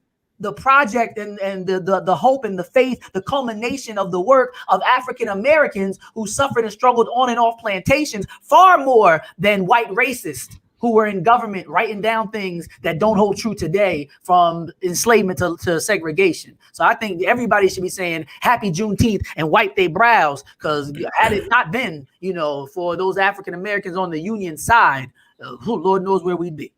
But this is my only question. The same system that's done this and oppressed minorities, blacks, Hispanics, since the beginning of time decides that we're going to put a vote that we're going to make this a holiday. Isn't that just like an empty feeling that the same people who did what you just said, not the same exact people, but you get the gist of what I'm saying. The same system then says, hey, you guys can have a holiday. But then no change happens. That's the only thing, and maybe I'm speaking out of turn, but it just irritates me because when I look at all the federal holidays that we're now, Juneteenth is now lumped in with. There's a Confederate Memorial Day. That's Confederate Memorial Day. They funny with that one. There's a Confederate Memorial Day. There's Independence Day that we celebrate, but we weren't independent. There was no independence for us. There's Thanksgiving is a federal holiday. Thanksgiving is a federal holiday. where Indians were murdered and killed and tried to be dissected and destroyed throughout. I'm just saying, when we get lumped into this and we go like, it's such an accomplishment to have it as a holiday. And what? Like, what do we gain from it being a holiday that white people decided they will now address? Like, why can't we just have the holiday without having this whole thing where we want them to say it's a holiday? And educate me on that. Why is that a big deal? We should be very careful not to overemphasize the recognition. And similar to what I said about Abraham Lincoln, like, we don't want to do all this work and all this struggle and have celebrated Juneteenth without anybody's permission or acceptance or advocacy, for all these years, and we gonna act like somebody with a stroke of a pen made it that much of a bigger deal than the actual liberation that the people fought for. But one thing that is a critical component of this is the fact that it'll be taught in schools. We will arguably witness the end of people saying, I didn't hear about this till college. We might be the last generation talking like this. You know why? Because even if it's just a day off, you know what students say? What are we off for today? What are we off for next week? Right. You have to say, Juneteenth. And somebody's going to say, what's that? And just the fact that it'll be taught in schools to the extent where you know why you're getting a day off, that is a shift. It's up to us to make the moment a movement and make sure that, it's utilized and implemented in the right way, in a way to further liberation and empower people. But no, them giving that day off is about all I would ask or expect or even want them to do. I don't want them involved in really structuring these celebrations. I like people like, the African-American Museum doing that and scholars that study this stuff. I like people to frame the conversation, who really have a sincere belief in the liberation of African people and love African people. I don't want Joe Biden giving me the program, for how to celebrate Juneteenth. All I needed him to do was give us the day off, to give us the time and what they say, a space and opportunity, as we say in the streets, right? But there's a scholar named Dr. Amari Johnson, and he echoed what you said just yesterday when he was saying the African-American experience has been a perpetual cycle of hope and betrayal, right? We hope for equality, we get 3/5. After we get free, they have the Hayes-Tilden Compromise where they remove the troops out of the South and leave us for dead, to the point where over the course of maybe 80 years, 1.5 they measure, African Americans were lynched every week. Oh, right? This Hayes-Tilden Compromise, right? Where they said, I'll give you the election, but you got to take the troops out and leave them black people to fend for themselves. And racial terror abounded. Then we see the situation like Tulsa, Oklahoma, Black Wall Street just celebrated the 100th anniversary of that, right? Well, you're free. You don't get the acres and the mule, but you can build your own town. You build it up, they bomb it, right? Later on, we see the same thing with Move in Philadelphia, May 13th, 1985. We see you're free, but then we get sharecropping. And after sharecropping, we get convict leasing, where you're forced to work on plantations and for corporations, like that movie Life with Eddie Murphy and Martin Lawrence, right? True stories, right? Then we see with segregation, and they say you can integrate, but then there's white flight. So then you come and move next to somebody, but they can't legislate morality. So they take all of their resources and tax dollars and start all these private schools, and they take all the money and opportunities out of the ghetto. And after the Industrial Revolution, they closed the plants, where all the black people were working. And then, yes. And so this cycle of we hope it's going to be good, but then we end up getting shafted. So your caution, Michael, Shawn, your skepticism, people say we don't want this to be another day of service where we end up working for free to celebrate Dr. King. We don't want this to be another Cinco de Mayo, right? We don't want this to be another, great, right? And the people are like, wait, why? But what's the history? What's the context? What are some of the struggles that people, we're not going to talk about the border. We're just going to toast and turn up. Yeah. So we got to make sure we recognize from history how these holidays are prioritized in terms of symbolism over substance. And we got to head them off at the pass. We got to get ahead of this one, because we saw what they did with that day of service with Dr. King. So we don't want it in their hands, and we don't want them framing it, because they're going to use it to pat themselves on the back, right? They're going to do the Abe Lincoln. They're going to say, Joe Biden signed it. Ain't this great, right? And then people who are self-hating going to say, white people recognize us. And I didn't even like Juneteenth last year, but now that Joe Biden says it's okay, this black people's going to celebrate Juneteenth every year now because white people told them it's okay. Now, that's the tragedy that we need to unpack and really discuss and deconstruct, because that's problematic. That there's black people who didn't want nothing to do with a black holiday until white people said it's okay. And those are the kind of people that are in the way, as we like to say, in the struggle. So, we do got to be mindful and keep a close eye on what's really going on, because it looks like it could be a distraction from not giving reparations for slavery, for not passing the George Floyd Policing Act, for not addressing voter suppression, for not the police murders. We've been seeing all these murders, and I mean, Kamala's talking about root causes at the border for immigration. Biden just stuttering and giving out these symbolic Pyrrhic victories, talking about y'all can have a party and a day off. People are dying. People are losing their right to vote. Like, we need them to really be different than Donald Trump right now. Like, we really that's a good one right there. And this is a picture that was going around on the internet. So it's saying that we basically taking steps over, for those seeing the image on Media Room, reparations, stopping police violence, voting right. Like, what about all those things? We jumping right to Juneteenth as a national holiday. But this is, and listen, I did a whole joke about how, and I was joking, Dr. Smith, about how he's not smarter than me. You've just expressed my point in a more eloquent way than I could ever do it. So I was joking. But and Dr. Smith can actually express this stuff and have the details and the facts behind it. I just think, and I don't have to say it carefully because I'm not going to lose my job. I think Joey B is full of it. I think this. What do you say? I just think Joey B, Joe Biden, it just irritates me. Even Kamala, it just irritates the hell out of me. Because at the end of the day, nobody actually attacks the issues. Because if you attack the issues, you have to attack the establishment, and you have to stab the establishment in its heart, and say how racist the establishment that we vote for really is, and the building blocks on it have been built on racist, evil views, opinions, thoughts, policies, and laws. So when people start celebrating Juneteenth, I go like, yeah, but what is this really? It's like, it happened. Hey guys, have a party. But it happened, and there are no repercussions for why it happened. So if a Black or Hispanic young man or woman does something that affects the laws, they go to jail. And people have to answer for it. Nobody has to answer for what happened for Juneteenth. Nobody answers for it. Matter of fact, the people whose ancestors did it sign off and go like, hey, guys, go have a holiday. Yeah, but you guys did it. You did that. Your ancestors did that. So when do we actually put it in writing? White people, you did this. Because when my uncles or my grandfathers were drug dealers, they went to jail and had to face the repercussions. That's my frustration with this. Because it just goes in a circle. It's another, you know how hard people fought to make Martin Luther King's Day a holiday? I respect Public Enemy. Public Enemy is one of my favorite. I get to Arizona. Yes, I respect Chuck D. But all that work was for what? So that they made Arizona say, bam, you got the holiday. Now what changed? Nothing. Like nothing. Nothing changed. And that's my frustration. And guess what? I'm not smart enough to actually tell people what we should do. I just think it's redundant that it goes over and over and over and over and over again, where guess what? The prison systems are still nothing but legalized slavery. The school systems in our neighborhoods are still a travesty, and it's done on purpose. It's not done. I know property taxes dictate your educational system, but that whole plan was put in on purpose. And that's actually overemphasized, which has been revealed by this recent debate about critical race theory.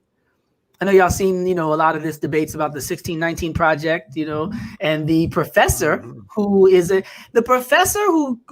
behind the 1619 Project actually has enough accolades that could satisfy an entire department.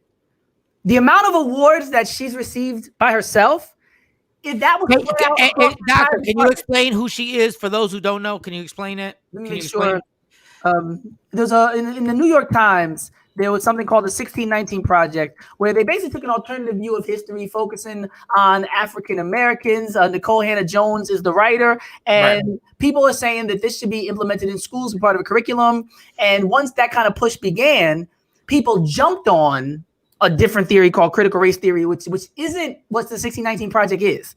And even in legislation, it says that we shouldn't teach critical race theory or the 1619 Project. And people who are opposing it are mistakenly saying things like the 1619 Project is critical race theory because they don't study critical race theory or anything of the sort. But this whole idea about looking through a racial lens at history and finding diverse perspectives, on similar events is the real problem. That's the bottom block in this racial game of Jenga. It is not whether I have a bunch of funding. That would make it better. But I tell you now, if you could say, would you rather us have a charter school in North Philadelphia where we control the curriculum, or you have an independent Pan-Africanist school without the money and you control it? They're going to pick that charter school. They're going to always want that control. They'll give you some money, just like any pimp. They'll give you some money to maintain control. So a lot of times people talk about funding and taxes. Yeah, that's an age-old debate, and I agree. We need to recognize the connection, and we need to make sure the funding is equitable and adequate. But more importantly is the fact that they are lying to our babies. They are ill preparing them for the world they're going to face. They are not talking about the talk these parents have about how to engage law enforcement. They're not talking about the effects of a food desert and how nutrition impacts your development of your brain. Or they're not talking about the true history of enslavement and how it was foundational to the nation and within the economics and how much that we are owed even to. They don't talk about any of this. So you could put me in a hut, give me some water, and I guarantee you give me 5 years, I can make you some warriors. And that's what they fear. They fear the people who wake up and say, you know what? If your money comes with attachments, like when they were trying to push an LGBTQIA agenda in places like Jamaica and certain parts of Africa, and African leaders were like, if you're going to tell us how to be, just because we want your money, you can keep your money. So, there's a lot of people that are in a state of poverty where they don't have that option to tell people, keep your money, because we know how dangerous it is in some of these communities. So I've been at these lotteries at these charter schools where the parents start to cry when their child isn't let in because they know that dramatically changes the potential trajectory of their child's education and life expectancy. So once you got people that subjugated, it's difficult for people to have that agency and that pride about themselves and say, you know what? We'll do it ourselves, because back in the day, there's a book called Self-Taught by Heather Ann Williams. And she talks about how these African women primarily were teaching these babies ever since the plantation. And the public school system only started after African Americans were fighting for education. Back then, you was on the farm. You was a hillbilly. You was a dummy. It wasn't no public schools. This is something that African Americans pushed for and made possible. And we weren't waiting for anybody to educate us. So this whole notion of the first to get into schools and first to go to colleges, we need to realize that's part of our history so we can go back to that. If we only hear about when we waited for somebody else, then you condition and cultivate a people that wait on somebody else. You always remove the agency from the story. So we just keep patting these nice white folks on the back and keep waiting for them to do something for us. But if you keep teaching, oh no, we was burning down plantations. We was breaking tools. We was having maroon colonies. We was running away. There were places like Harper's Ferry and others. We were killing people on plantations. Like, you don't tell that story. I was talking to a girl in MLK one day and she looked at me. And she was like really outspoken, always fighting. She looked at me one day very seriously. And she said, I was talking all this history stuff. And she said, why we never fought back? And the fact that she thought we never fought back showed me the extent of information about the reality of our experience that she had never been exposed to by anybody ever. And in order to keep somebody that ignorant, it has to be by design. You can't by mistake keep somebody completely out of a rabbit hole that just one question will lead them to a life of questions and different information. That means you have to, like the racist scholar said, close the light from the Negro's mind, every avenue, right? To the point where, like Carter G. Woodson said in The Miseducation of the Negro, even if there is no back door, he's been so conditioned, to paraphrase, he'll go back and create one for himself because he feels like that's his natural place in life. And that's what they're doing to the children. They're making them second class. They're making them into savages. They're making them into self-hating people to the point where they don't have any answers or ability or belief that they can change their condition. But Doc, that is the running lie that slaves didn't fight back. The t-shirt said, I'm not my ancestors. Remember that came out like last year? Yeah. I'm not my ancestors. You can't see. Like, what does that say about Ida B. Wells, Harriet Tubman? What does that say about nation leaders like Ya Asante, Joaquin Nzinga? When white people thought women couldn't work, black people had already known for tens of thousands of years that women could lead men in battle militarily and lead nations. That was never our problem. So this whole battle of the sexes and how we look at women, if we just stop looking at women like white men look at their women, we'd be exponentially in a better place. If we just came back to being African, we wouldn't have to worry about being feminist. So when I see, so just to clarify, Juneteenth is something we should be happy about and celebrate. It's not like we're getting crumbs, as Action pointed out right here. People always because I know my wife wasn't happy. She said, "What? Why?" But we have to be able to delineate nuance and delineation. We have to delineate between Joe Biden and the millions of Africans who fought for freedom, preserved the union, saved the nation, has created everything from caller ID to LASIK eye surgery to like 3D movies. But you know what I'm saying? I just need people to understand that there's a difference of what we are celebrating. We're not celebrating Joe Biden finally seeing us. We're celebrating the fact that when the whole world was against us and we overcame the worst treatment of humans in the human history, the only people in history to be relegated to property. Other people have been peons and slaves and serfs, but they have never been considered property. They can still marry, they can still do things like and elevate themselves out of the condition of slave. We were the only people that were ever treated this way, and we beat it and we overcame it. And if you look at the old celebrations, people was dressed to the nines, like they used to say when they would go to the Negro League games after church, right? The 9 innings, right? Dressed to the nines. They would pimping a ride before exhibit, had flowers all over the wheels rolling down the street. Like, that's what I'm going to do it like they was doing it. I'm not going to get bitter and get angry and not be able to acknowledge the moment. If they could, you're telling people who literally worked on plantations were able to find a reason to celebrate and have parades and have festivals. Oh, damn, I'm going to have me a parade. I'm going to celebrate. I'm going to turn up on Juneteenth. But they did it with a mind on the mission and making it more than just a moment, but a movement. So we got to do both.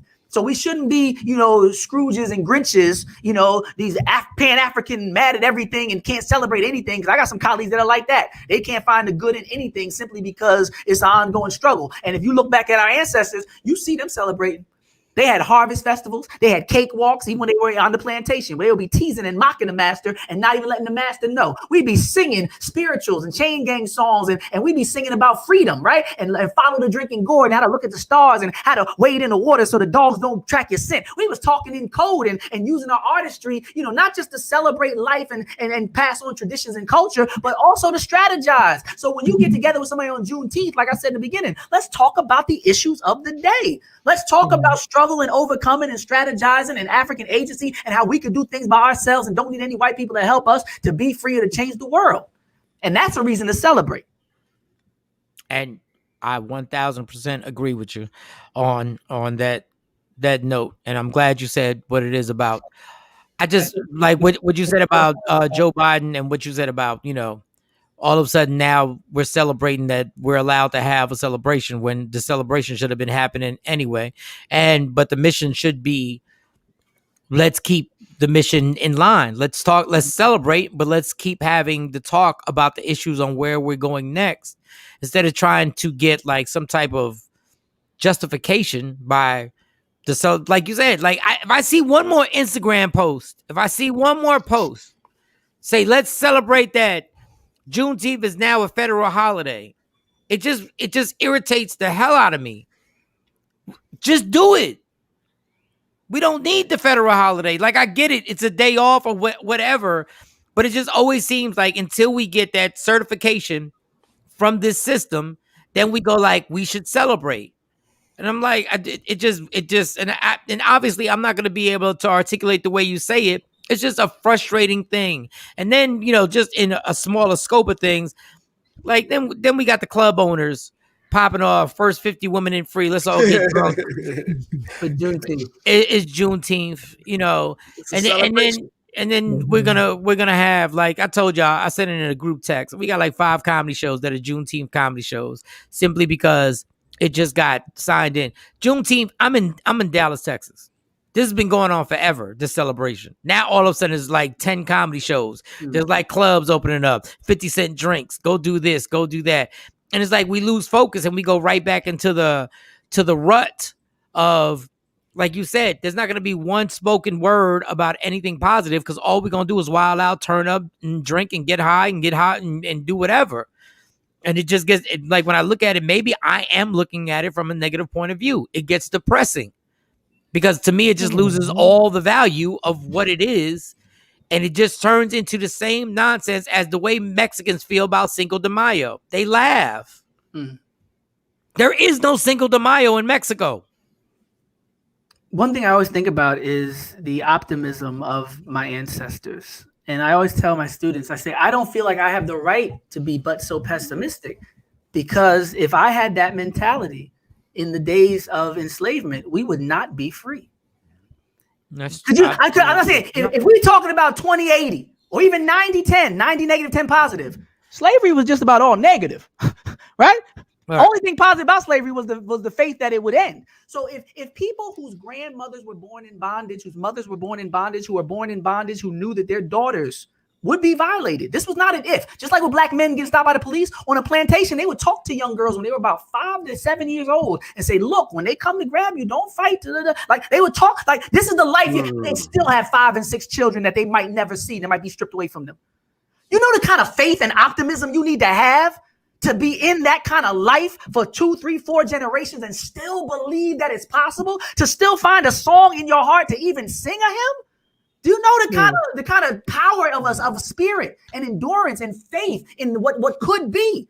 Like that's what made America America. The faith of the enslaved African, that despite everything you said and wrote down, you proven that you're completely antithetical and opposite. And you got Dr. King almost 100 years later still just begging these people to be human beings. Just be true to what you said on paper. But this kind of faith, I call it my ancestral mandate. Every AM, I wake up turned up because I don't look at the clock and think AM like antemeridian. I think ancestral mandate. Did Harriet Tubman hit a snooze button? Right? Did Malcolm X focus on the bad more than the good? Right? And Malcolm X was a powerful preacher when it came to holding people accountable, but he believed in us. He believed that we can do it. Even when he was talking about misguided people and misguided strategy, he was critiquing Dr. King. He would go on to say that he just didn't like the way they were going about it, but he believed that it was good work, and he believed that the work had potential. He wouldn't be engaged in it. He didn't think this was a fruitless effort. He didn't think that every generation would be in these kind of struggles, because he looked back in history as a student of history and say, wait, the struggles they had, we don't have anymore. They had a struggle of enslavement. They had a struggle of sharecropping. They had a struggle of convict leasing. They had a struggle of segregation. Not that that's good or bad. People have different opinions. But just the idea that these institutions that people thought would never fall, these giants, these walls, they fell. African Americans have the greatest track record in the country for overcoming insurmountable odds and making something that nobody thought was possible. And for me, I'm like, oh, if they can overcome slavery, we damn sure can overcome Joe Biden. And so this is my okay. Master Biden, I might say. Hey, God bless. So having that positive outlook, right? And what you just said, so the way you said it was great, having that positive outlook, but at the same time, having to put the mirror in the face of this system and having to say we can't be satisfied. Yeah. How do we balance it without it going one way or another? And I hope I'm asking this question correctly. No, that's a great question, because to me, this should be a resurgence of the conversation for reparations every year. You know, somebody says put that on your calendar. Yeah. For me, I'm thinking, we talk about reparations a lot within the community, but now we have a national spotlight on something related to the enslavement period. Oh, here we go. Right?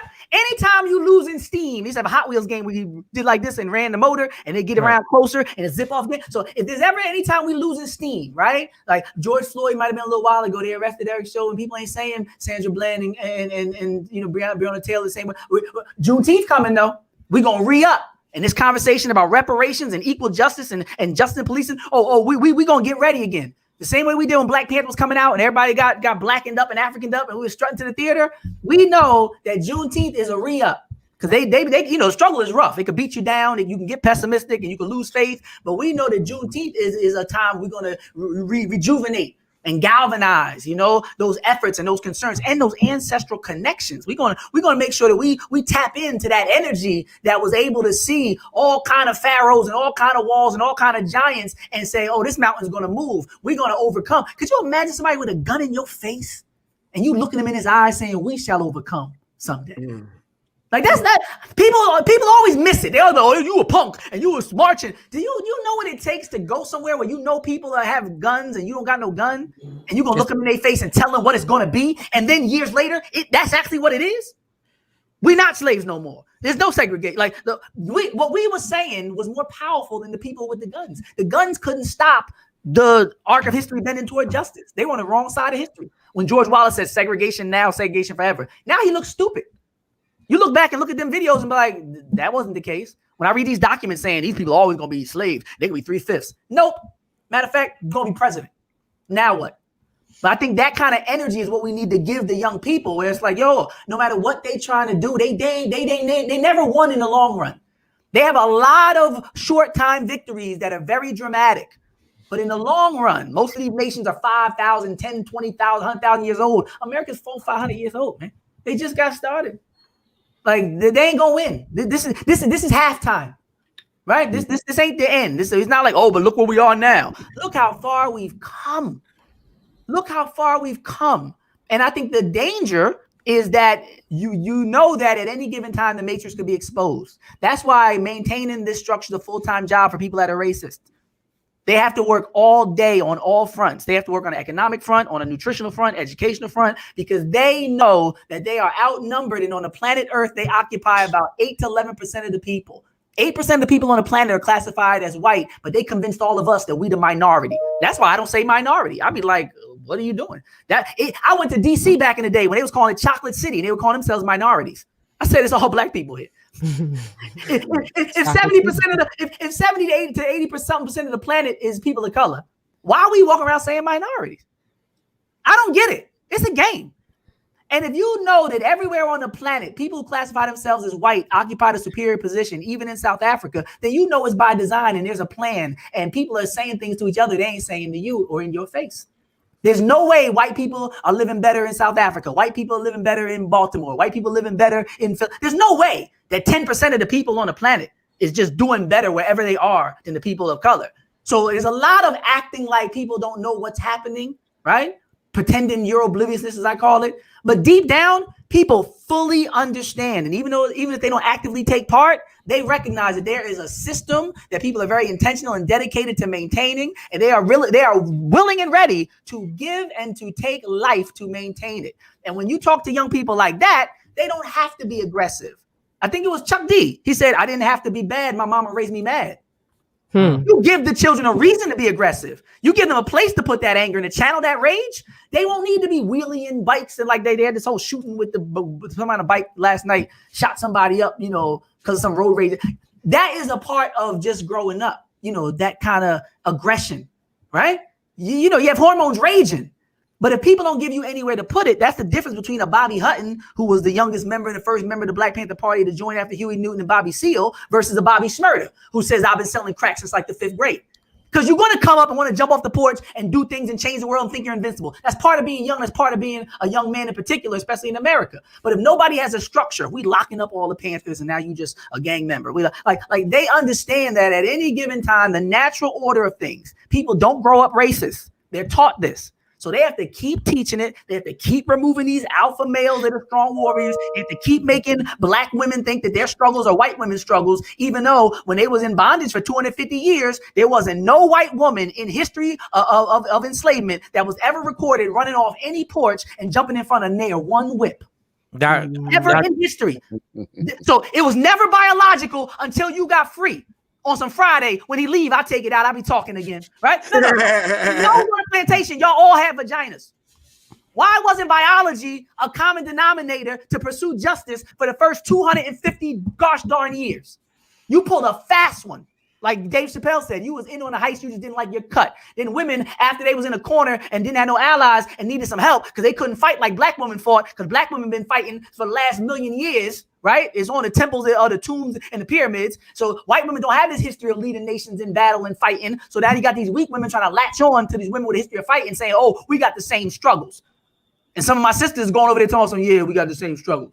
No, you just got to make sure that these men get their mind right and stop being the primary enemy of your safety and your prosperity, which is a valid, struggle to engage in. But the solution to that struggle is through complementary differences, not opposites, not being the same, not thinking men are women and women are men, but thinking that we both need each other and develop each other in complementary ways, just like it was on the walls of the temple. Then we can go back to being ourselves, and we don't got to worry about Gloria Steinem, so-called mother of second wave feminism or first wave feminism, who was a CIA agent.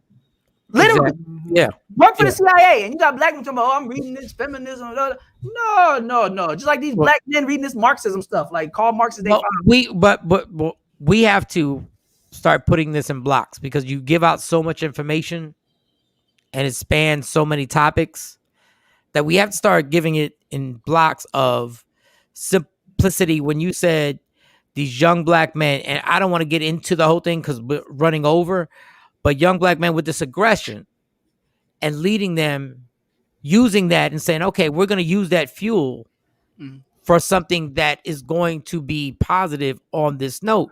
And I don't want to get into this whole long drawn out, but this is my true hate with hip hop, because hip hop has taken that fuel and taken them somewhere where at the end of the day, it's a dead end street, because even though you get rich, we got the only musical form that the chance of you dying just because you take part in this is high. And we can't, and it just frustrates me so much. Like, look at these kids, they're kids. Yeah, there's a video on YouTube that literally says 200 rappers that died in 2020. Yes. 200 rappers. And we can't get anybody to say the things that you're saying. We're spiritual people, and we keep saying we can manifest. And even what you said, Martin Luther King and the civil rights movement went to people with guns and manifested and said, we will overcome and risk their lives. But if we keep manifesting this in our music, it will come also. I think we need to really examine what we're in the moment. There were some Panthers back in the day who said, yo, it seems like everybody's an agent. And then when they looked at the documents, it turns out in some instances, like 1 in 4 people were literally cooperating with the government. But I think even in the moment, there were people who were saying the Panthers are violent, just like with Move. The Panthers are anti. That's what they call an agent provocateur. The agents provoke other people to do criminal activity, and then they cooperate with the authorities to get them in trouble. The same man, Eugene Roberts, who was responsible for helping to bring down Malcolm X, who's on stage giving him mouth to mouth, right?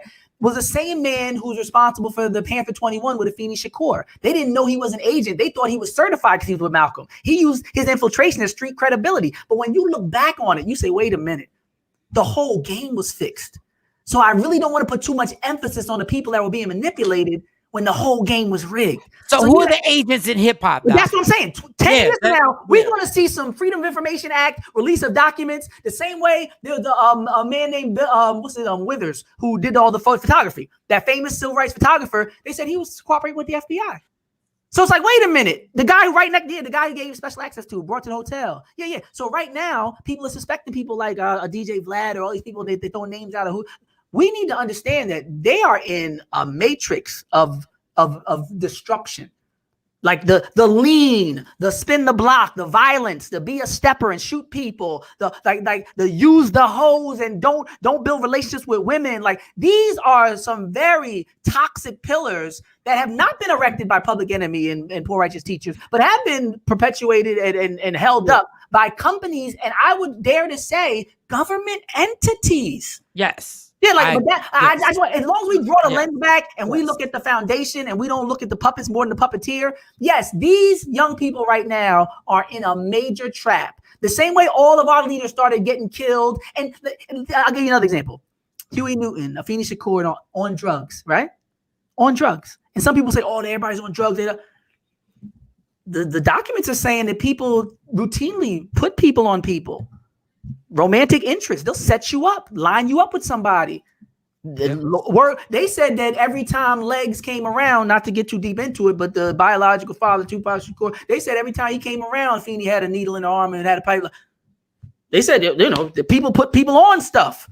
So it's no coincidence. I don't want to be too hard on Huey and Afeni when I look back at the documents. I'm like, oh, that's what they were trying to do. They were doing psychological profiles. They were stressing people. They were following Tupac's family. Every time she would try to go legit and get a job, they would use the FBI and the CIA to tell them to fire her so she couldn't have a decent and stable place to live. Like that drives people crazy. So a lot of people behind the scenes that'll do a lot of things to drive people crazy. Then when they go crazy, they go, oh, look at these children. And like you can't miseducate them, malnourish them, lock up their fathers, tell them who they should be every day in these videos, which isn't really who they should be. And then when they become it, everybody's like, oh, this rap music and these rappers. No. And Doc, I get that. But and I totally agree with you.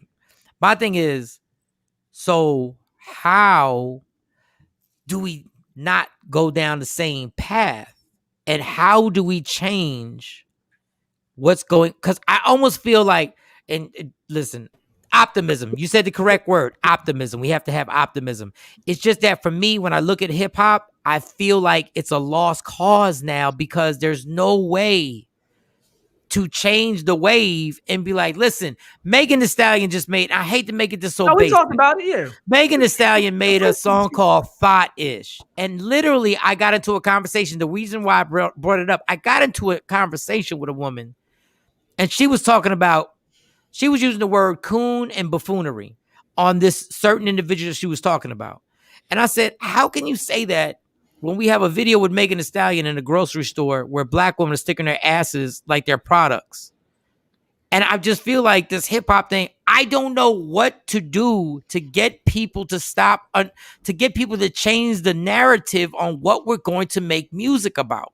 No, we just got to change the frequency. Like, it's literally, you know how they say people are really just energy. It's a vibration. It's a base level, some will say in the spiritual context, demonic vibration, right? Or you know, the carnal vibration, right? For my heathens out there, right? But they say it's our duty, it's our job, it's our responsibility. I think the 5% Nation said the duty of a civilized man is to civilize the uncivilized, to raise the vibration and the frequency. That's our job. Because I'll give you a good example. You ever been in a party and one person's parent arrives and it ruins the whole vibe? Doesn't have to be your parent. All you got to hear is Tamika, your mom is here, and everybody's like, oh, right? Because all you need is one drop of purity to have ripple effects in a cesspool.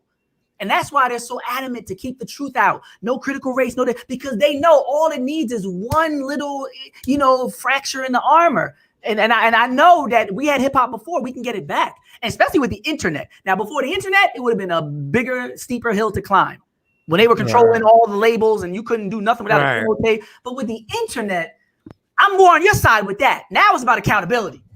You can reach the whole world by pushing a button in 5 minutes. You telling me I could reach Africa and Germany and probably outer space with all these satellites in 5 minutes with no help from them or no permission? So yeah, so we definitely need to balance out the understanding of the superstructure of white supremacy and racism with what we are able to do. Because nowadays, the amount of stuff we're able to do ourselves, despite all that, is exponentially. And I say all the time, if the enslaved Africans could do what they did without an internet, without a Second Amendment, without formal education, we don't got an excuse. We just got to get to work. Right. Doctor, amazing as usual. Thank you so much. And I joke, but congratulations on doing the Fox News in Philadelphia. And my people. And it's only a matter of time. And hopefully we can just be a small part of giving you a platform, which is going to get bigger. And what you're doing at Temple is amazing. And hopefully this is the beginning of something huge. No, not hopefully. It is the beginning of something huge for all of us. I'm about to say, Will Smith was, come on, man. We got Will on the team, man. He's so proud of the You think I'm not riding that wave, man? You think he said something about me? Let me know. Will. Yeah. We did have that story earlier. I was curious I know he don't like talking about this, but it was a guy that won the lottery, Doctor, and he won for $30,000, and he spent $20,000 of it on a chain. I saw that guy. Then I started thinking, when you won Beat Shazam, what was your biggest purchase you made? Like, what was your biggest purchase? Oh, I didn't purchase nothing. But I remember when Meek was saying, or even when Jay-Z was saying in The Evils, the street schooled us to spend our money foolish, bond with jewelers and watch for intruders. I stepped it up another level, meditated like a Buddhist, right? Or Left Hollywood, Meek Mill says, they told us that spending money, risking freedom for jewels, they told them that this was cool. Oh, Lord, right? Like, I know that they have a system, and even Kanye said, the drug dealer by George, crackhead by crack, the white man get paid off of all that. I'm not giving my money back. So the first thing I did was ask for an annuity.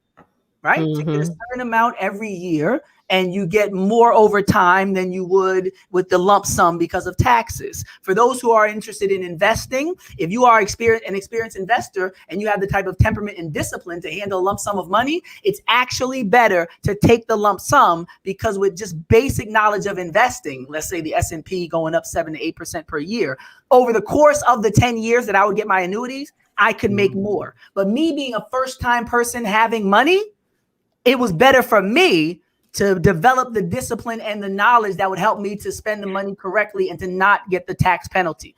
But now looking back, I could be like, give me the lump sum, I know what to do with it. But now I received installments for 2 years. I have 8 more years that I'll get payments. And the payments are never so big that it makes me think I'm buying some Bezos yacht. But at the same time, it helps you to, breathe a little easier knowing that each year, oh yeah, I do got that. So there's really nothing to buy. The whole point, like rich people, like when they say, if you owned a block in Manhattan, when would you sell it? You say never. I borrow against it. So Jeff Bezos, the reason why he could pay no taxes, like the story recently came out, is because he just finds out how much money he needs for the year and he borrows against the money he has. Then when they come for taxes, he says, me don't make no money, right? So I'm looking to play games like they play games. I'm studying tax laws and loopholes and how to use my LLC to buy a car that's 6,000 or more pounds and how to write off mileage or the full appreciation of the vehicle. I'm trying to look at how to own property within a trust so the trust can hold the LLC and the property and the automobile and the difference between a revocable and an irrevocable trust so that I can, govern and rule my family from the grave in a way that they have to do the right thing to receive the money, and I can even give their money out in installments, right? And, like those are the kind of things I'm studying and learning about, and I'm using my extra time, because that's what the money does give you, right? I'm using the time and the flexibility to make sure I don't have to spend any of the money and can use the money to make more money. So it's not about spending the money, it's about investing it. And Dr. Smith, that's why we have to set blocks, because what you just said is an entire segment. Because I got a question. Go ahead, Shawnee. Go ahead. Ask the question. Go ahead. Purchasing the car that's 6,000 pounds or higher. I think 179. I think is the tax, the document, but I'll look it up while we're talking. Yeah, because I saw that people were saying, well, if you buy the Mercedes G-Wagon, purchase that under your business because you get to write it off. It is 179. But so that really makes sense to purchase a car. Deduction for trucks. Now, this is the thing. If you're using it for business, I don't want to get anybody on some PPP scamming idea telling some, I can finesse. I'm not doing none of that.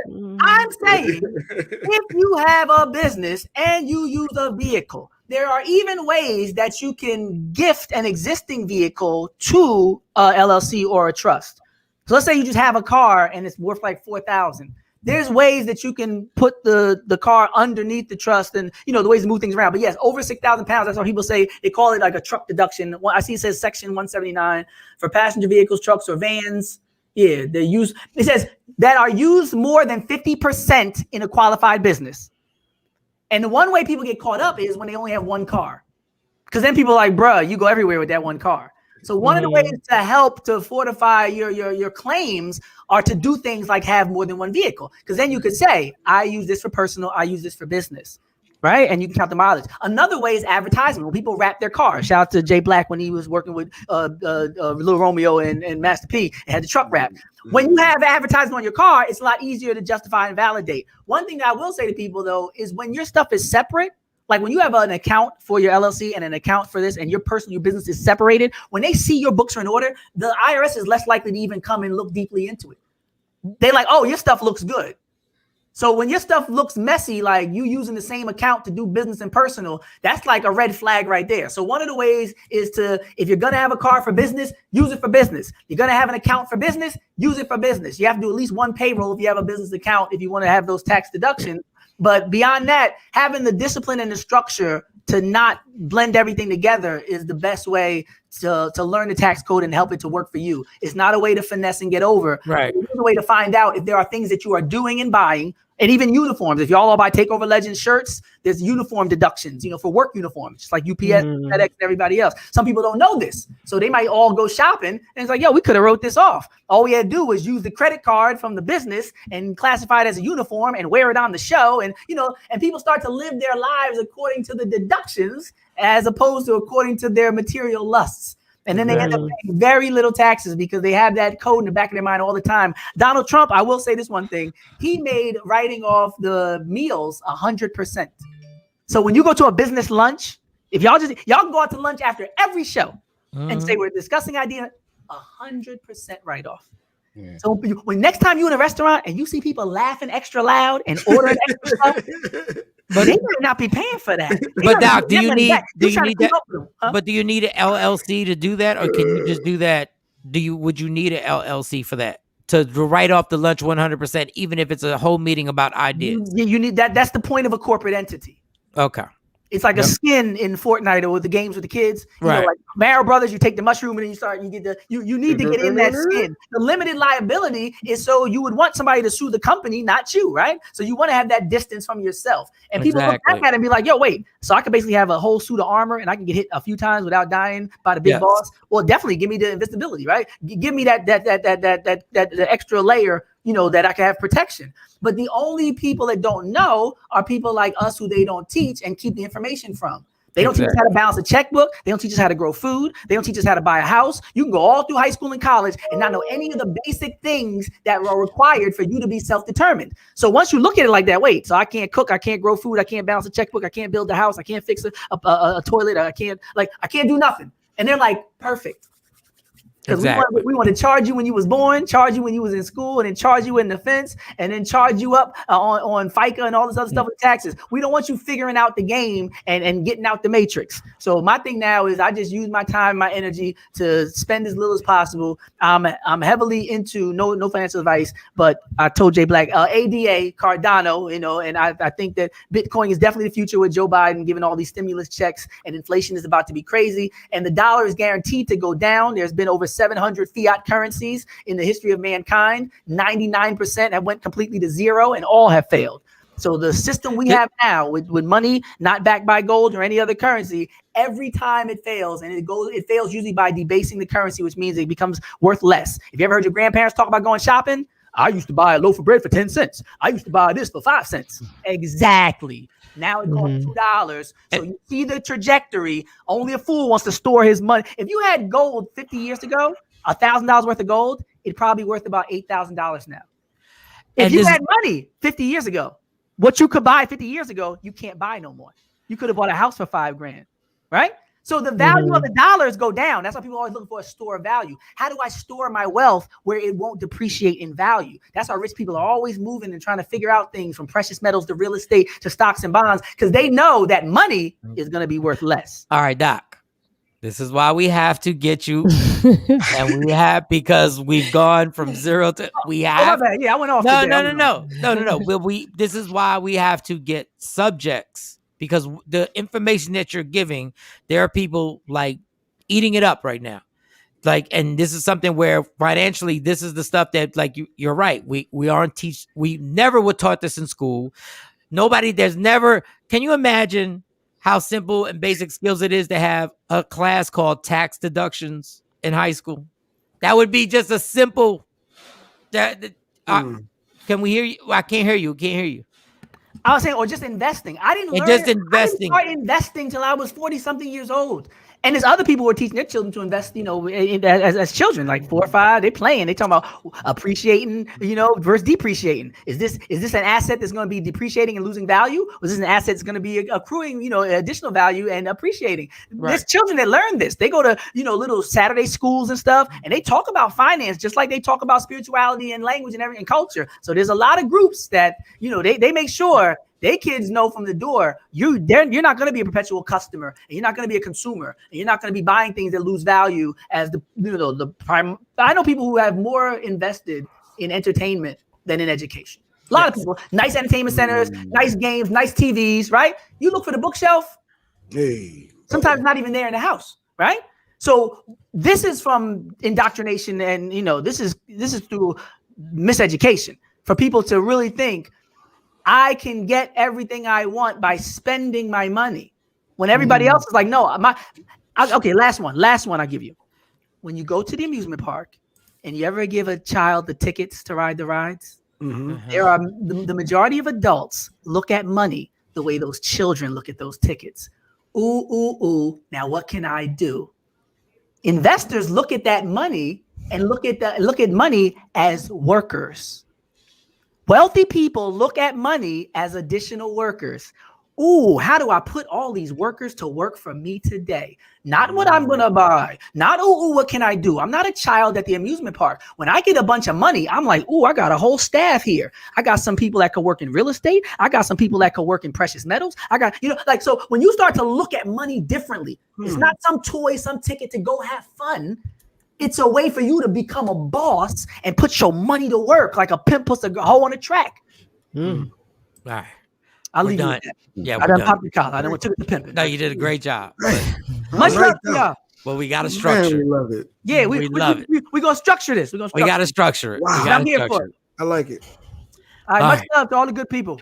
Once again, he will be here every Friday. I will. Dr. Smith dropping all the gems for you guys. Dr. Smith, if we're going to have to set up an email or something where people can actually send questions to you. Oh, no, you won't.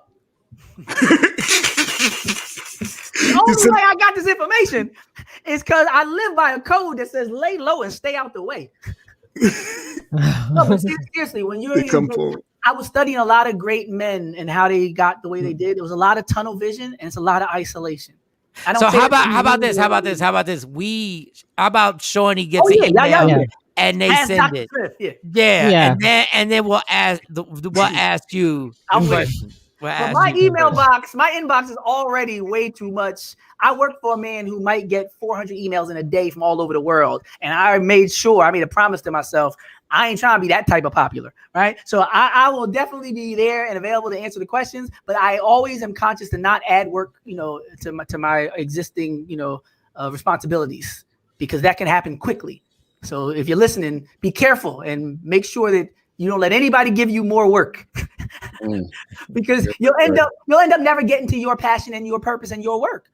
Like I did emails till lunch before. I've answered emails until lunch.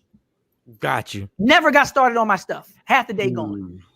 So just a word to the wise. Happy Friday, big homie. Wow. Happy Juneteenth. Happy.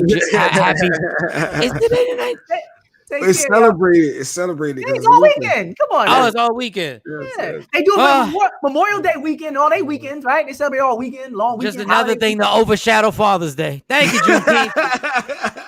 That's a whole nother topic. Yeah. Another reason. Why they have to get free on this? Just another way. Now there's nothing I can say. Damn, what happened to Doc? Where'd he go? I think he hit it. I think he hit the button. Yeah. I ain't do that. So I just want everybody to know I didn't do that. He got another TV show that's calling probably. All right. Yeah. All right. We got to take a major break. And we'll come back. And will Sexy Mo be on when we come back? Yep. She's in the waiting room. She popped in. Yep. The only person who could out-talk Dr. Smith is coming up. The only person who can answer a 5-second question in 30,000 words is coming up next. Michael Shawn and the TakeOver Legends. We'll be back. What up, y'all? It's Michael Shawn from Michael Shawn and the TakeOver Legends. And just in case you missed the show, check this out. Now, if you want to interrupt, just tap the mic and be like, "Yo, I gotta say something about that." Like, just tap it. Just be like, "Look, Mike, slow down." Okay. Yeah. And just be like, slow down. Spank from the Plastic Cup Boys has to say something. And I'm like, okay. All right. So I'm at the gym. I'm working out, doing whatever I'm doing. I get on. Mike, this is Spank from the Plastic Cup Boys. You was really working out, or like? Let's be honest. Was you really working? I'm sorry. Finish your story. I'm sorry. Finish your story. I'm sorry. Right from the rip. Right. Wait, were you really working out? I don't even know if I believe that. I just want the whole story to be true now. Because comedians, we tell real life stories, but we exaggerate to make it funnier. So I just want to make sure. When you walking by the gym, when you walking by, when you working. What about working out?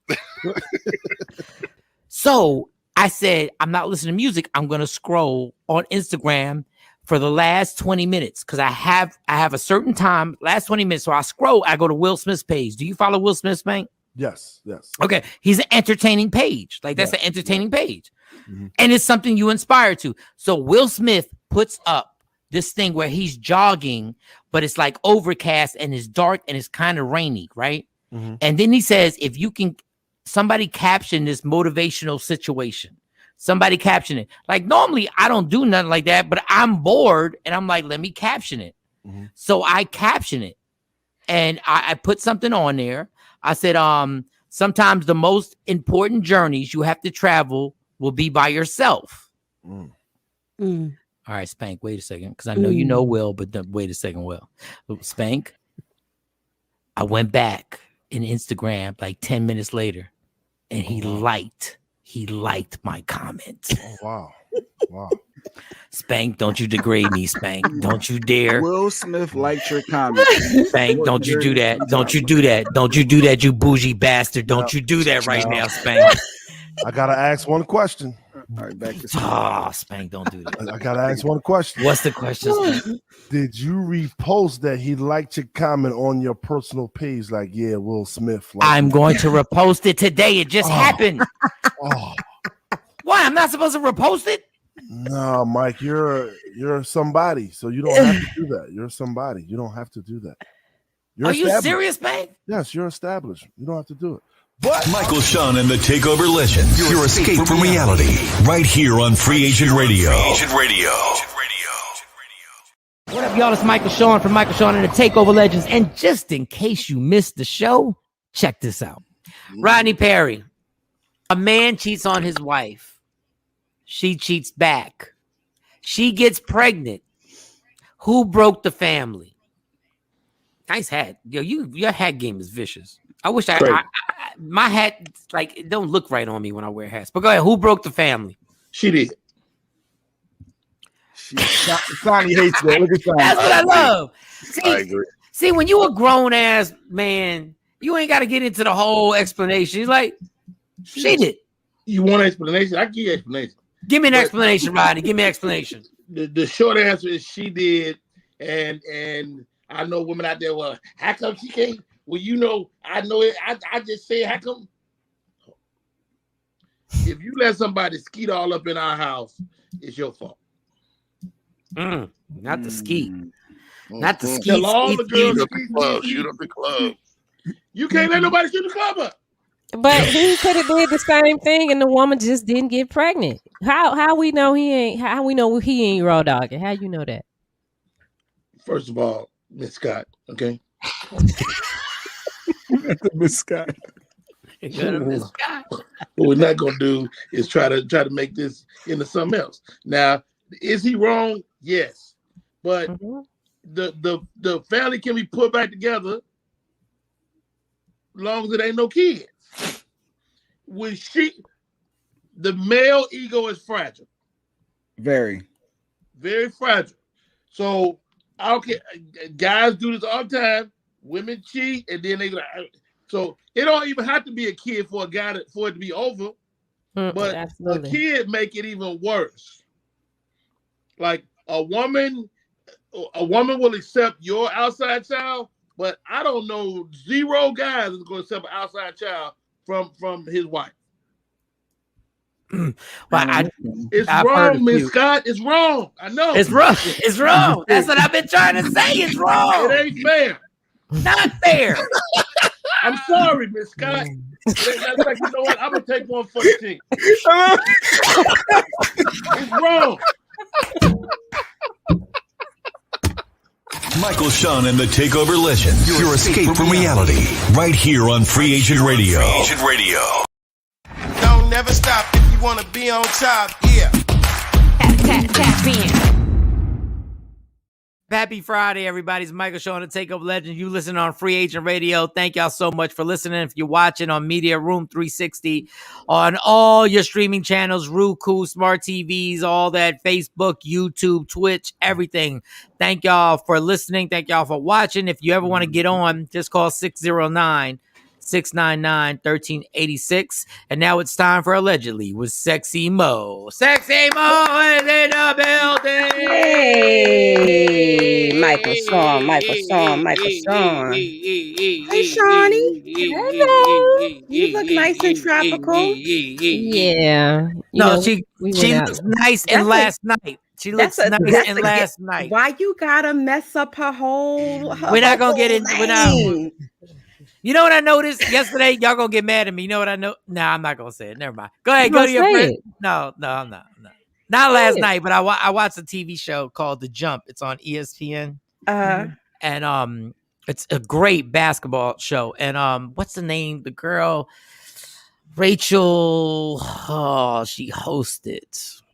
and they had another woman on there, and they had one guy, and they were talking basketball. And they were very educated, well schooled on basketball, amazingly schooled on basketball. Like their points are amazing and everything. But when y'all get to yapping, I have never seen that on ESPN. I've never seen that man go like he went. That's because a lot of times if men not talking or they feel like they're silenced, they poke their lips out. I want to talk. Go ahead. Much like you're doing right now. It's not anyway. Oh, Rachel Mathers. It's Rachel Mathers, and she's very good. She's good. She's a good Nut Meadows. I think it's Meadows. I think it's Meadows. You're right. But God, Lee, like I literally had to. I was exhausted. But go ahead. First story.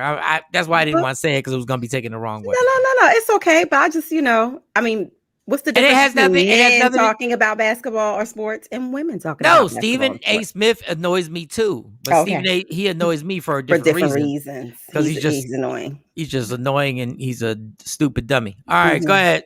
First story, go get it. So Michael Shawn, divorces, regrets, makeups to breakups. Oh my, this week is crazy, right? So of course, our sweetheart Lala, she is getting a divorce. She's put in again. She's filed for divorce from Mello.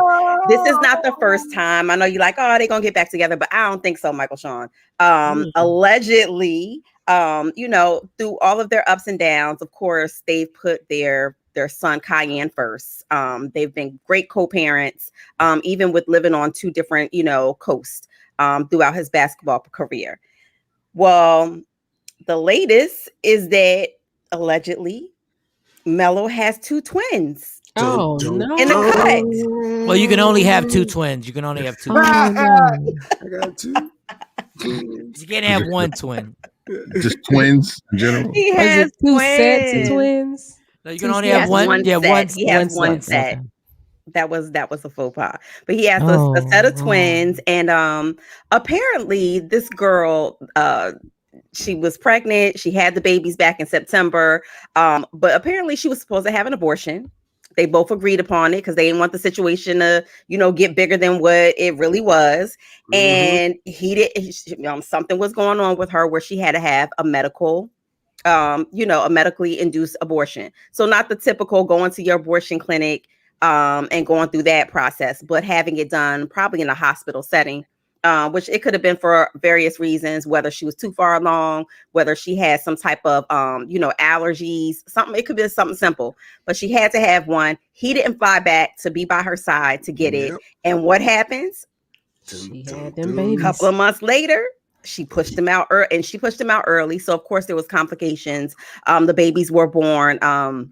Having to have multiple surgeries, so they've been in and out of the hospital. Oh no! But there's receipts, allegedly, text messages going back and forth. And she's like, I should have you on child support. I shouldn't have to go through this, to get money. So apparently all of this has hit the fan. And, Lala is, she's in her own right. She has her own, she's had her own clothing line. She's been in, movies and sitcoms and things like that. So her train is still moving while Mello's is slowing down. And, I guess she's just jumping the ship. Okay, let's be clear on this. Mello is slowing down. Okay, let's just stop. No. Because you got to speak reality. Lala's not even on a quarter of the level of Carmelo's financial status and his status in the NBA. So okay? I'm not comparing their careers. Wait. I'm not finished. This is what I'm talking about. NBA jump. Here it goes. I'm just saying, number one, and there's also the lady who had the twins said that Mello had taken care of her. There are also stories that Mello had taken care of her fully financially. Let's get that straight. Now, the whole Mello slowing down. Mello is still a star in the NBA, and if we look at the money that he's made, he's in the hundreds of millions of dollars. 160. Okay, so let's stop with the slowing down when y'all try and downplay him because I'm not finished. Because y'all mad because he cheated. They're not even together. Okay, now let's go to this story with Lala. Let's get the full component of this.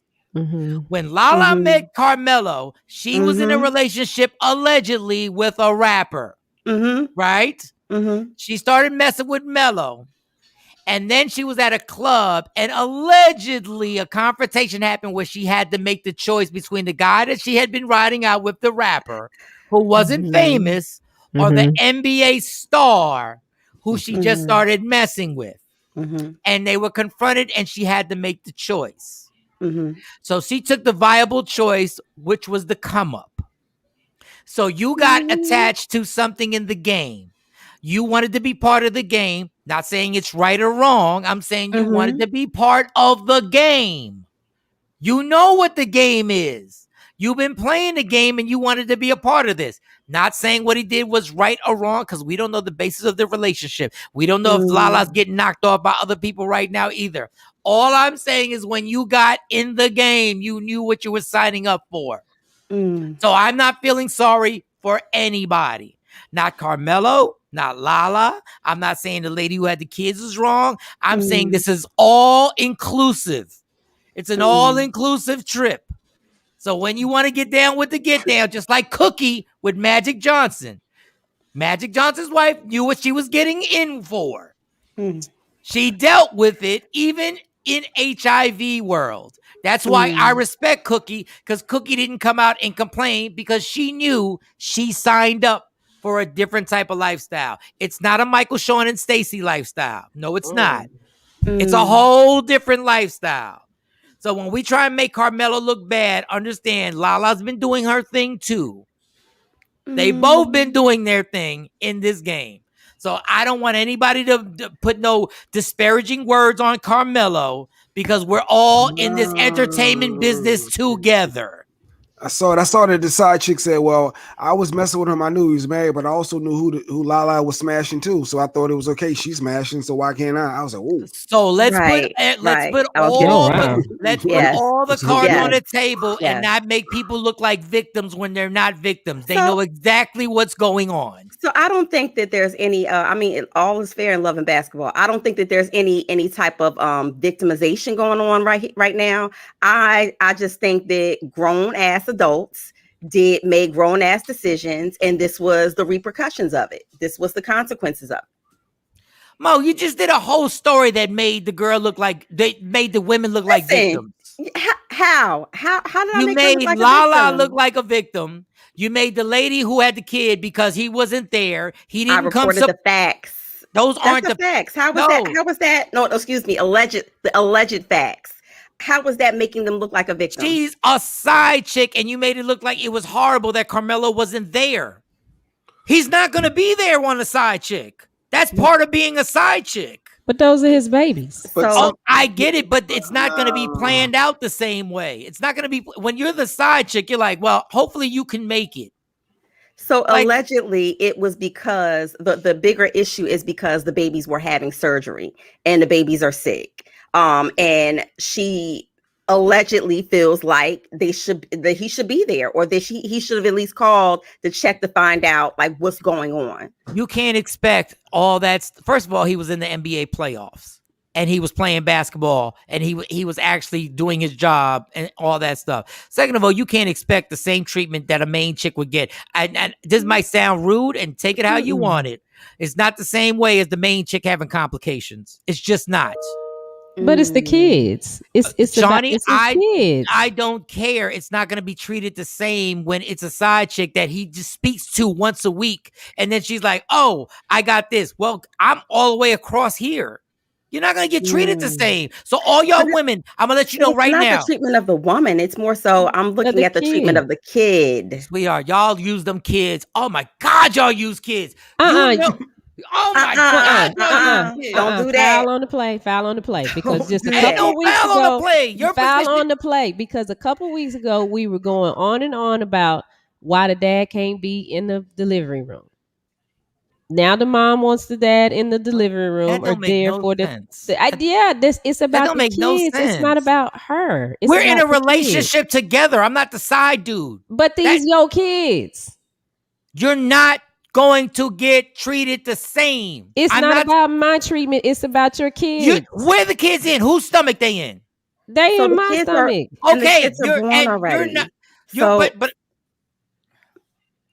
we're talking about he wasn't there for the birth and he didn't come because they had complications. And I'm saying he's not going to treat you the same. He's not just going to jump on a plane to get to where you got to go.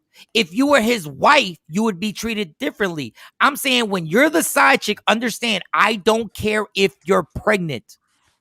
I'm not saying what about when the babies come, Mike? So the babies come. We're not talking they're here. about the babies coming. They're here. That's what the issue is. But you just said he wasn't. And they're here in the hospital having a surgery, and her alleged beef is the fact that he did not call or come or check to find out what's going on with them. And so it's not about the woman. I mean, the kids are innocent in this whole. Okay, if it's not about the woman, if it would have happened to Lala, what would he have done?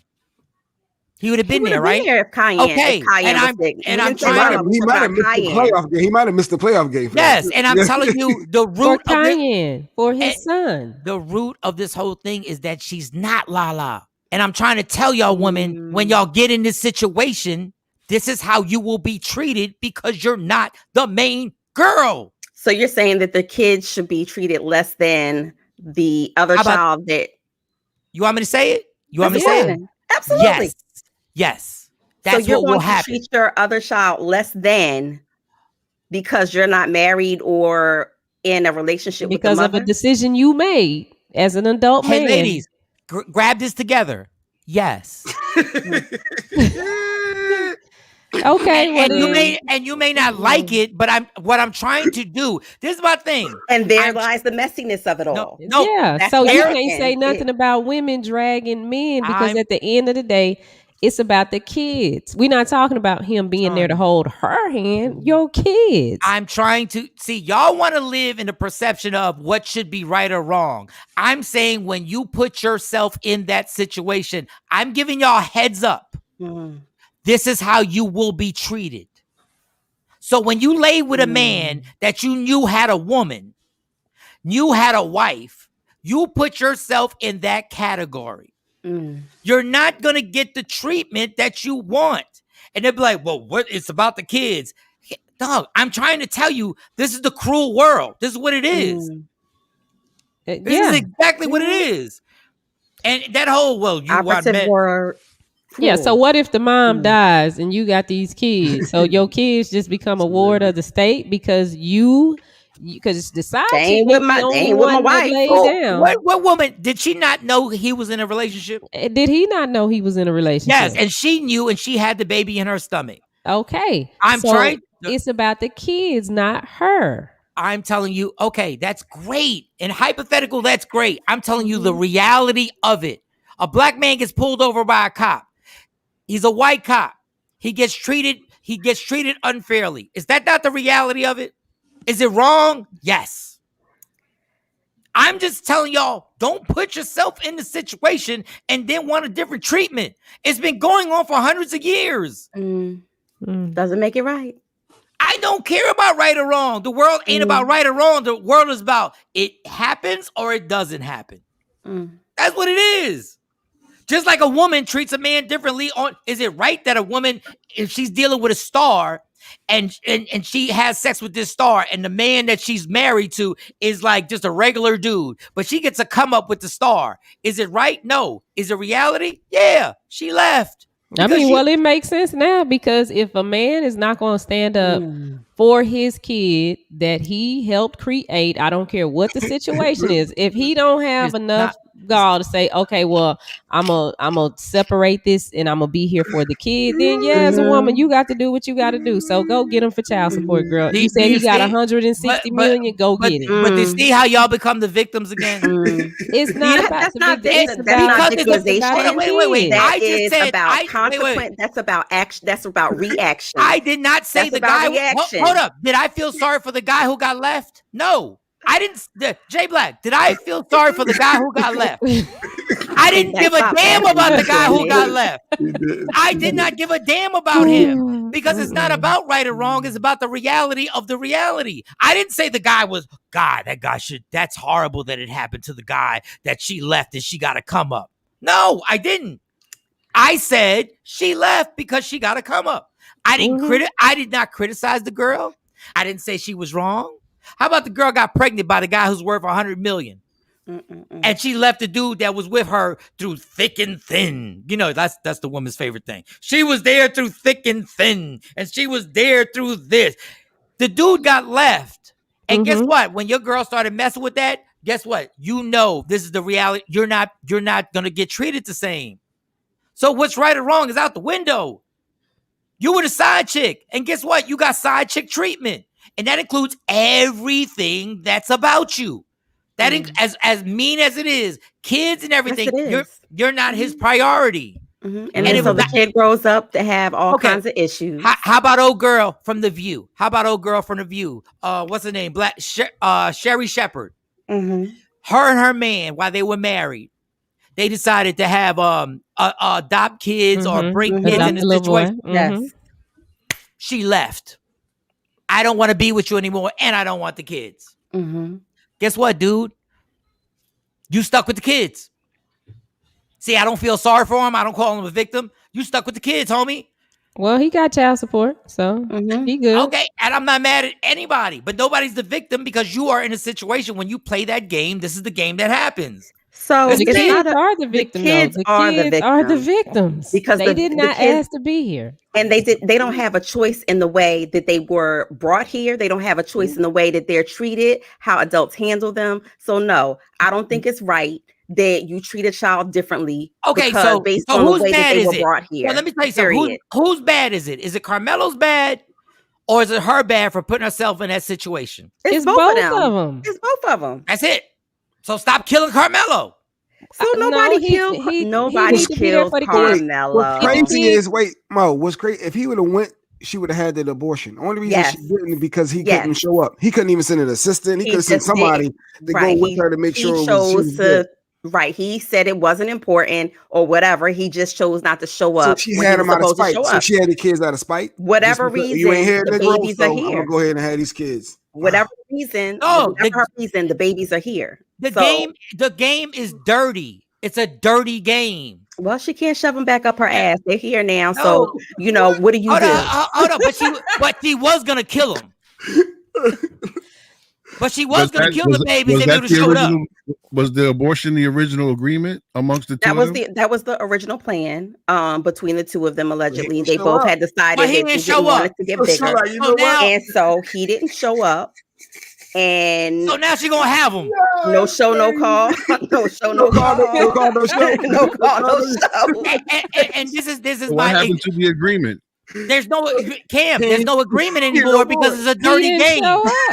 Because it's a dirty, trifling game, and you can't put moral rules on a dirty, trifling game.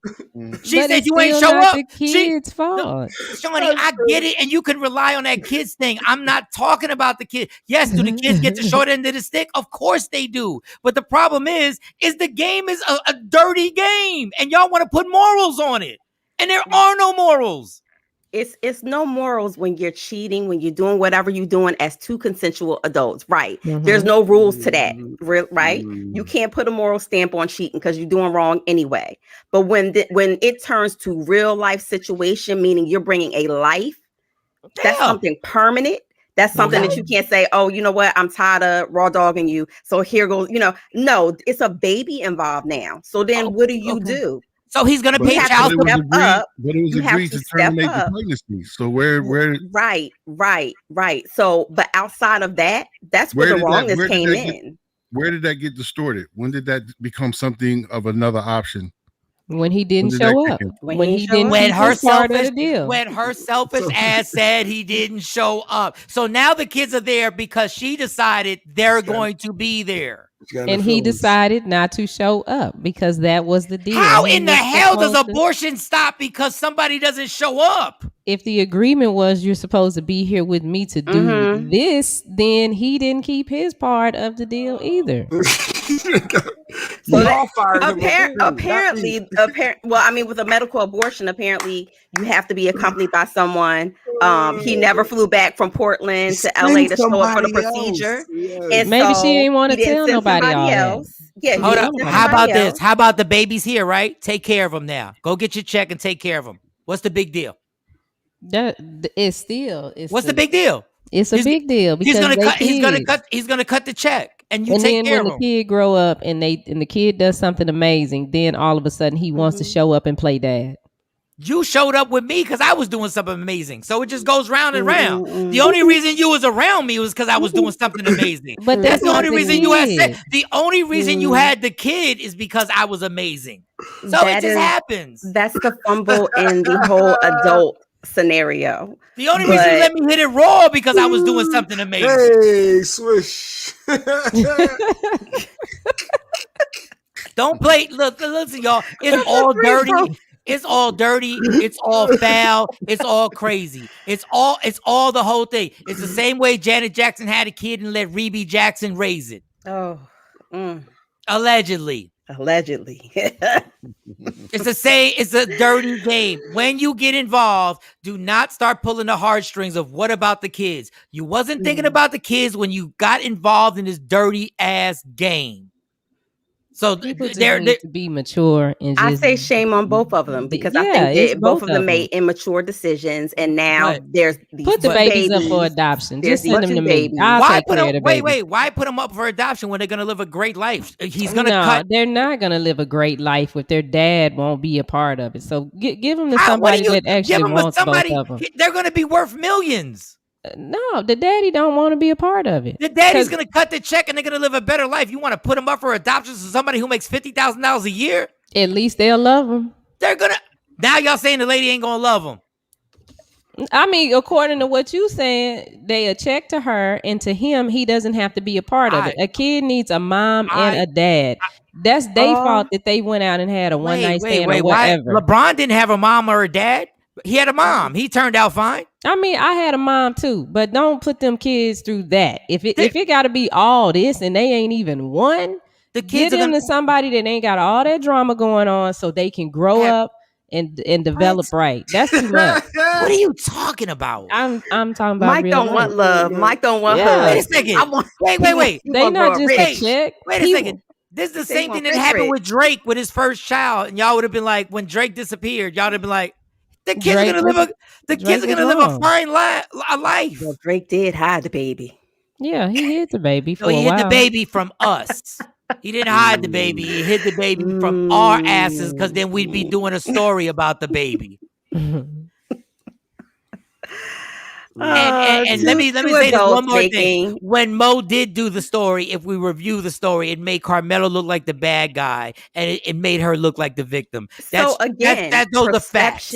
Perception. Because when you heard the story, the way that I reported it, you didn't feel like Melo was did anything wrong, right? You say, I know, and you leveled the playing field by telling all of the things that Lala allegedly has done wrong as well. And then the third party, the chick, the side chick, the sneaky link, you talked about her, right?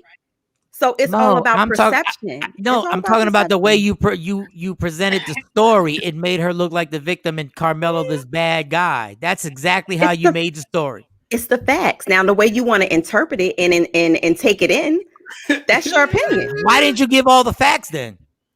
Why did I have to bring the facts to bring everything up on Lala's side?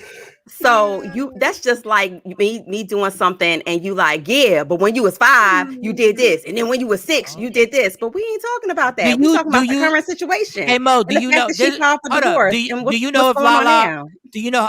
if Lala and Carmelo have even lived together for the last 2 years? Allegedly, they have not. They've been, I did speak on that. I said that they've been on different sides of the coast during their relationship, during their marriage. So why was Carmelo made to look as the bad guy? Like, oh, he got his side chick pregnant. In actuality, she's not the side chick. She's not the side chick. It was somebody he was dealing with while he's separated from his wife. But he's Well, not. then No, that they weren't makes him all separated. the- They were just physically separated. They weren't legally separated. Mike got these women upset. And Kathy wait a minute, upset. if he said was you said dealing with her and she's not the side chick, then he's even more wrong for not being there for the kid. He's just not messing with her like that. He's a star. It's not about messing with her, the side It's the chick. kids. It's not about her. It's about the kids. And I mean, my just even having gosh. empathy Here set we go. in. If Y'all don't even know. there is No, something I'm going with you. on, and I'm not saying that because I'm not in Melo's head. How about okay? if it was just simply impossible for him to be there? He could have called to find out what's going on with his kids. How do you know he didn't call? In the She said he receipts, that's what she says. In the receipts that she's providing, that's what she's saying. You could have at least Call, FaceTime, something. Hey, y'all are a group. I'm gonna call y'all the victim group. I'm calling you America's victims. Don't ever do that. She just got pregnant This is by not a victim situation. she Both just of got- them made adult decisions. Do you This know is how not many about being a victim. She won. She got pregnant by somebody worth over $100 million. She should be throwing a damn party. No. I got a text saying it's because it's his third kid during his marriage. He had 3 kids on Lala. Wow. I don't know if that's true or not. But Twins make 3. He has one son. I guess 2. So one other son. Oh, okay. So that's okay. Oh, okay, 'cause I So was 2 like, separate dang. situations. Okay. Yeah. During their marriage. And Lala, I guess, took him back the first time, and now he's popping up with a. They did try to work on it. They did try to make it work. And they were very public about it. About, very intentional about being public about making it work. And, I mean, they've been together 16 years, married 11 years. Yeah. Go ahead. It's some people who it's some people who stick it out with people who have multiple babies on them.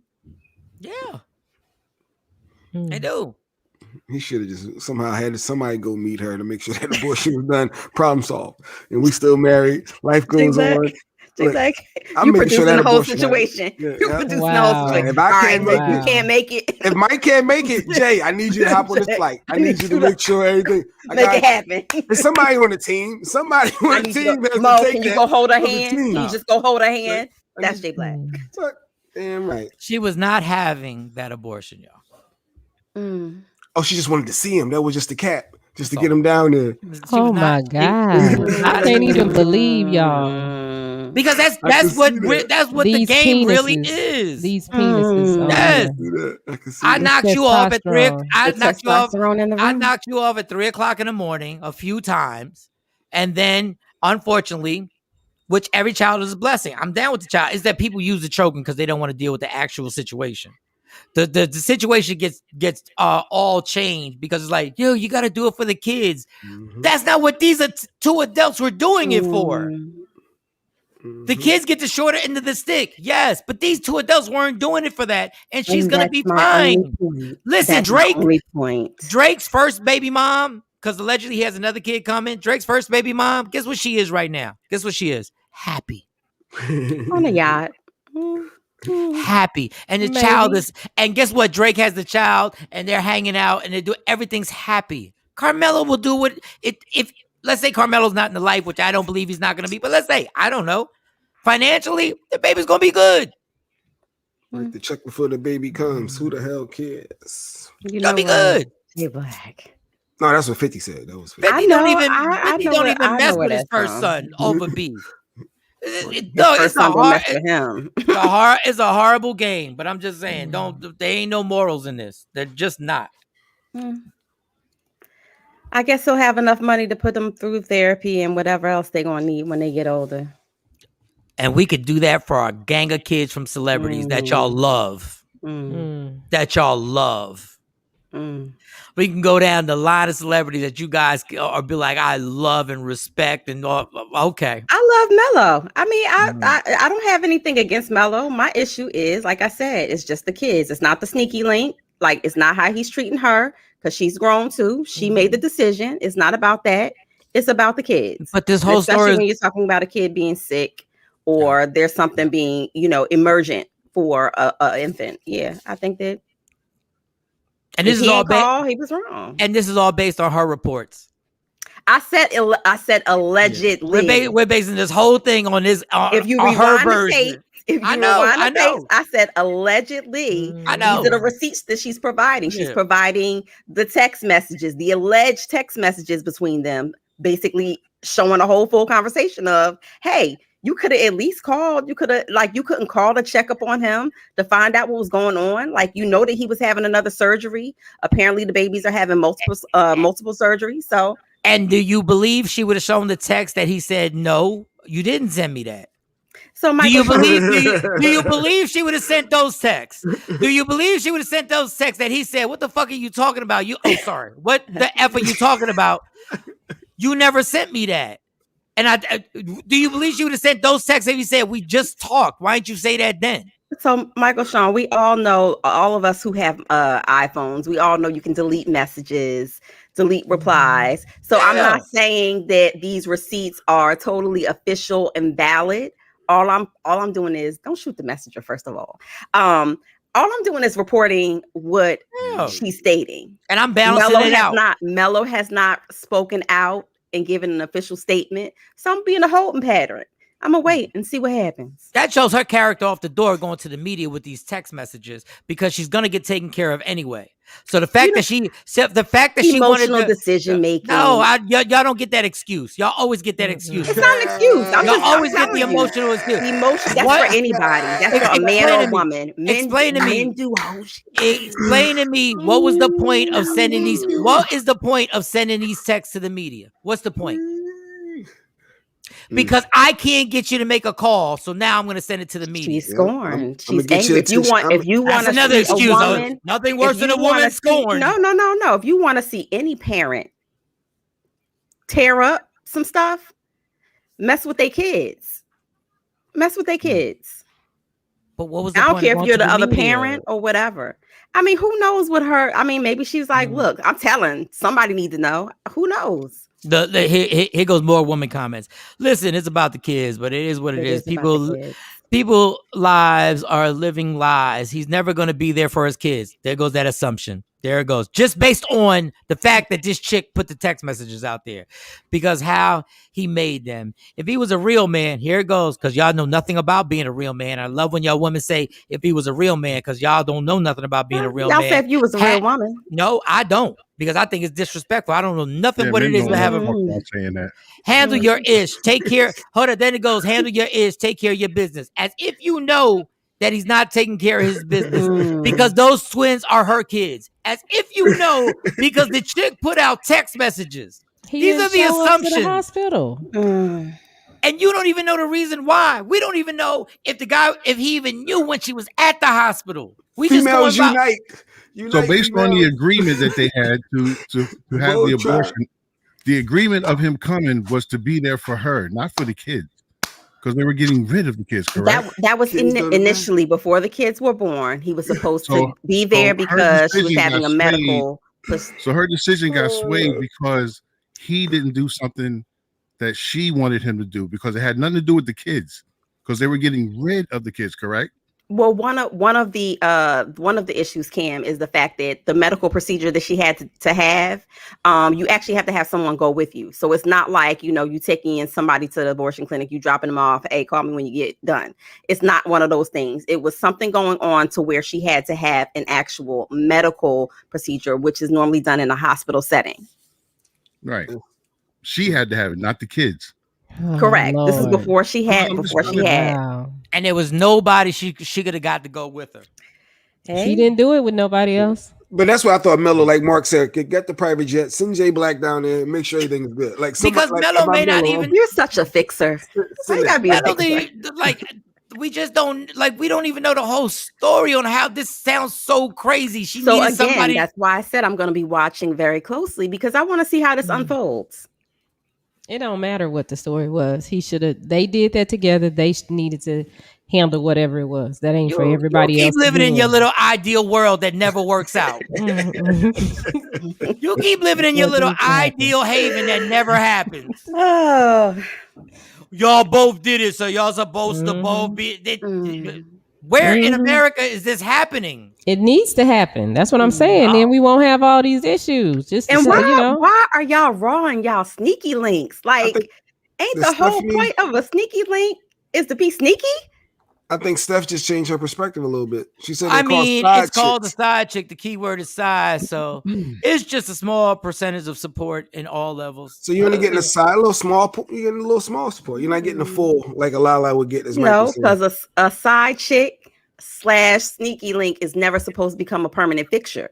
You're supposed to make sure of that, even as a man. Like, even if her intent is to, I'm a make sure I smash him. I'll make sure that I get pregnant so I can come up on this bag. Even if that's your mindset as a man, you got to protect yourself. If this is not what you want, if you don't want it to be permanent. I got a question for you guys. So who broke the family? Lala or Carmelo? The family was broke before it even happened. No. The family was already No. We talking about this even right together. Here. We talking about this right here. Wait, who broke the family? They're not even. Okay, well, let's go back to the first time. Who broke the family? Because it was a baby involved the first time. Who broke the family? They're not together. He got caught cheating before the first baby, and the relationship was over. So who broke the family? Carmelo. He cheated on Lala. That easy. You see how easy it is, Shawnee? Mike just saying that ain't how he really feel though. I said Mike just saying that that's not how he really feel. No, he I really feel that way. Like I don't know what y'all want. Lala got with Carmelo when he was already an NBA superstar, and now you're gonna be shocked that he cheated on you. Like, I don't think that she's shocked. I don't think it's so much that she's shocked. I think again, I think the biggest Ronnie pour that water on his head. It's wrong, Miss Scott. It's wrong.